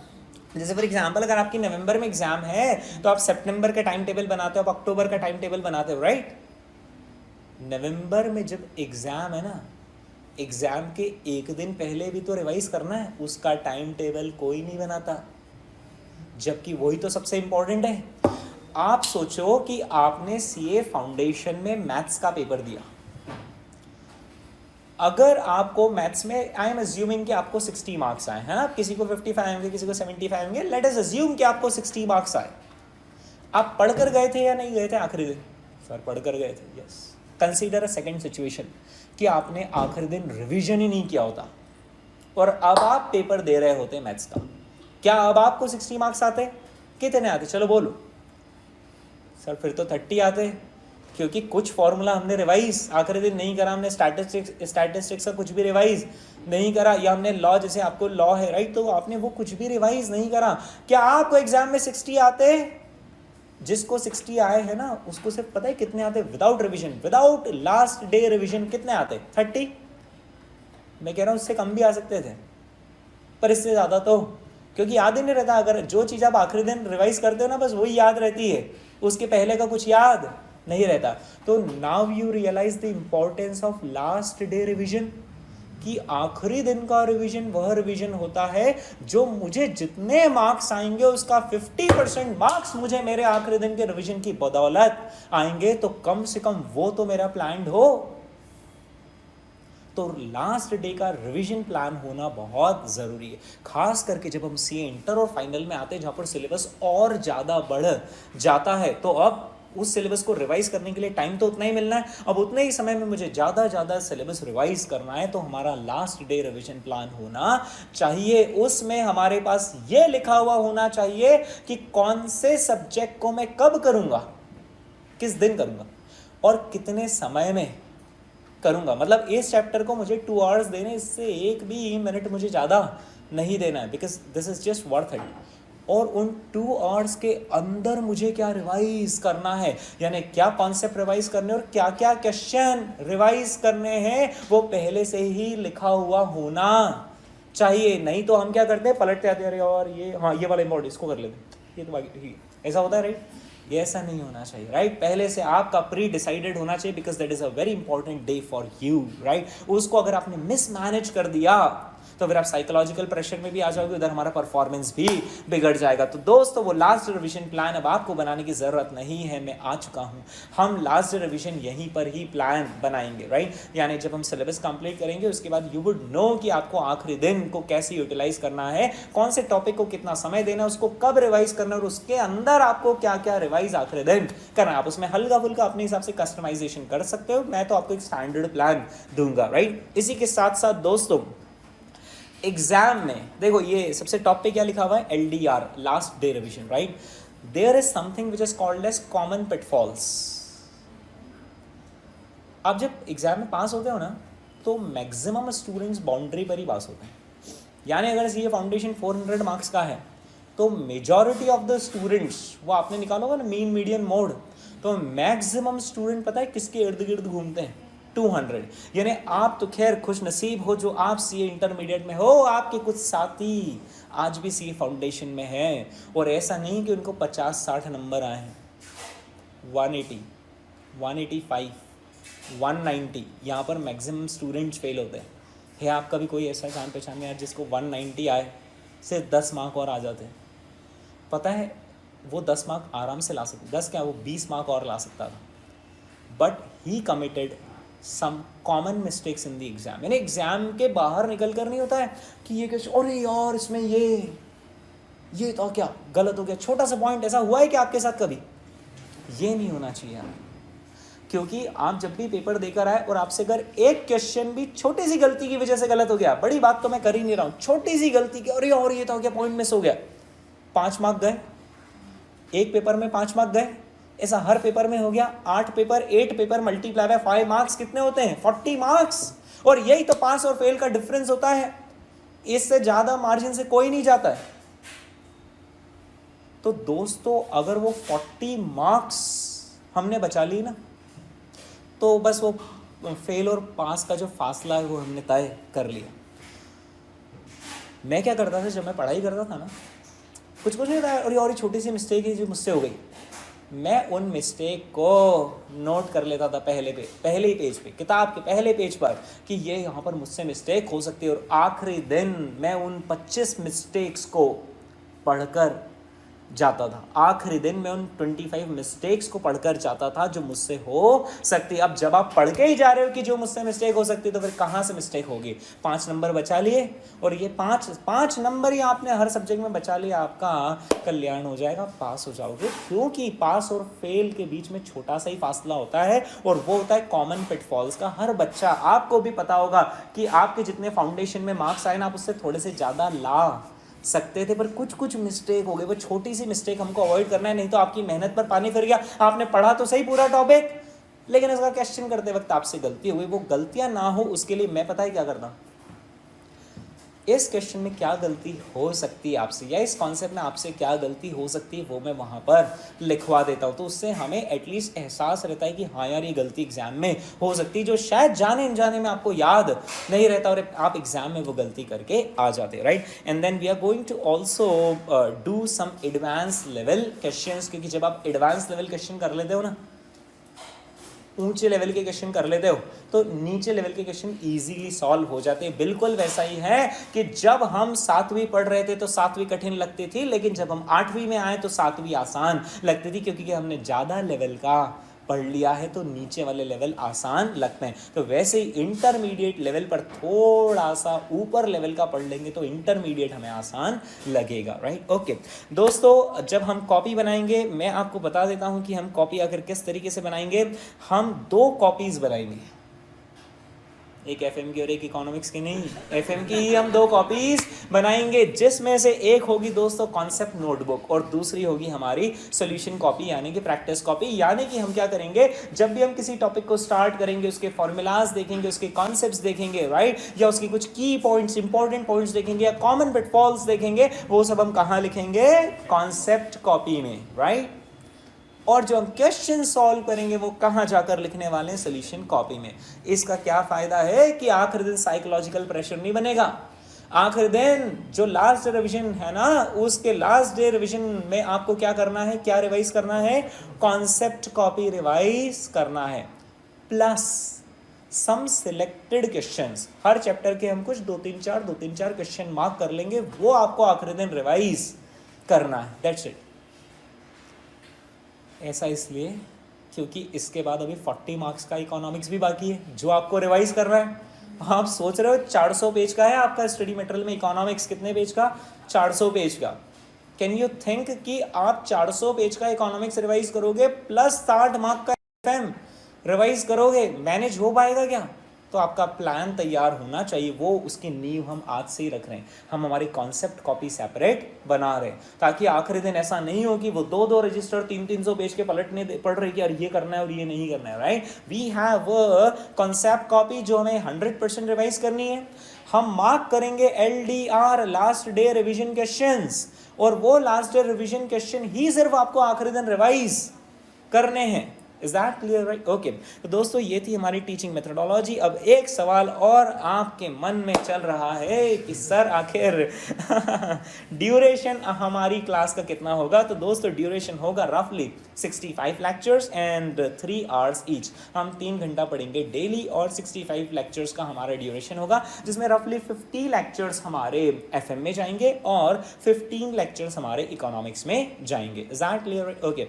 दोस्तों ये मैंने यहाँ पर आपको फाइनेंशियल मैनेजमेंट का इंट्रोडक्शन दिया, मैंने आपको बताया कि क्या क्या टॉपिक्स हम कवर करने वाले हैं, एक बेसिक। अब अगर यहाँ पर आप कोचिंग की सीढ़ियों से उतरोगे और कोई आपसे पूछ लेगा व्हाट इज फाइनेंशियल मैनेजमेंट, तब आप कॉन्फिडेंस के साथ बोल पाओगे। वो आपसे पूछेगा oh wealth maximization is just like profit maximization, you will say no, there is a big difference between profit maximization and wealth maximization। यार क्या बात कर रहे हो, राइट। दोस्तों हमने यहाँ पर सारे टॉपिक्स भी देखे, फिर उसके बाद हमने देखा कि किस तरीके से हम एक एक चैप्टर को कवर करेंगे, what is going to be our teaching methodology, हम कैसे यहाँ पर कॉपीज बनाएंगे और क्यों बनाएंगे उसका भी मैंने आपको कारण समझाया है। And this is our duration of the lecture, right. Okay, क्या आपके मन में कोई सवाल चल रहा है तो आप खुलकर पूछिए दोस्तों।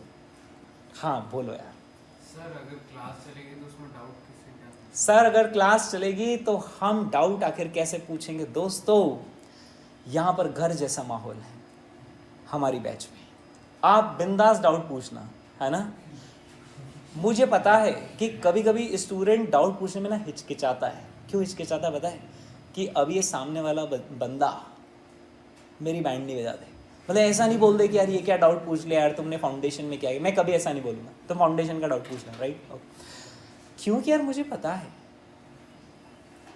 आप सीखने ही तो आए, नहीं आपको पहले से आता तो फिर आप आते ही क्यों, राइट। तो आप कोई सा भी डाउट बिना हिचकिचाहट के पूछना, ये मेरी जिम्मेदारी है कि मैं आपका डाउट एंटरटेन करूंगा और कभी ऐसा इज्जत नहीं बिगाड़ दूंगा कि और ये कैसा डाउट तुमने पूछ लिया यार, क्या लेवल है, कैसे आ गए इंटर में, राइट। है ना, मेरे को पता है यार फाइनल वाले भी गलतियां करते, फाइनल में जब मैं पढ़ाता हूँ तो फाइनल वाले भी इंटर लेवल का डाउट पूछ लेते हैं, बट मैं समझता हूँ कि उसको इंटर पास करने में और फाइनल की क्लास करने में 6-8 महीने का समय हो गया है, और जितने में एक बच्चा तो क्या मैं भी भूल जाऊंगा कोई सा फॉर्मूला अगर मैंने उसको 8 महीने तक रिवाइज नहीं करा। चलो ठीक है, मैं इतने समय से पढ़ा रहा हूँ तो मुझे 1 साल तक याद रहेगा, लेकिन मैं भी इंसान हूँ, मैं भूल सकता हूँ, राइट। तो you can easily ask doubt, है ना, ठीक है। बस ऐसा हो सकता है कि कोई सा मैं कॉन्सेप्ट अगर समझा रहा हूँ और आपने डाउट के लिए इशारा करा, आई वुड से कि 1 minute, let me complete the concept and then we are going to entertain your doubt. बस इतनी सी देरी हो सकती। और बताओ यार, और कोई मन में डाउट हो, पूछो, खुल के पूछो। चलिए, तो ये मैंने यहाँ पर दोस्तों आपको फाइनेंशियल मैनेजमेंट का इंट्रोडक्शन बताया, जिसमें हमने ये सारे एस्पेक्ट्स कवर किए, है ना दोस्तों। क्योंकि इंट्रोडक्टरी लेक्चर है इसलिए शॉर्ट ड्यूरेशन का रहेगा, है ना। अब हम हमारे नेक्स्ट लेक्चर से पूरा कंप्लीट 3 आवर्स पढ़ने वाले हैं, जिसमें हम रफली 1.5 आवर या 2 आवर पढ़ेंगे। उसके बाद एक छोटा सा ब्रेक लेंगे और फिर वापस हम सेकेंड इनिंग्स खेलेंगे, ठीक है। चलिए दोस्तों, तो आज के लिए बस इतना ही, मिलते हैं हम हमारे अगले एपिसोड में।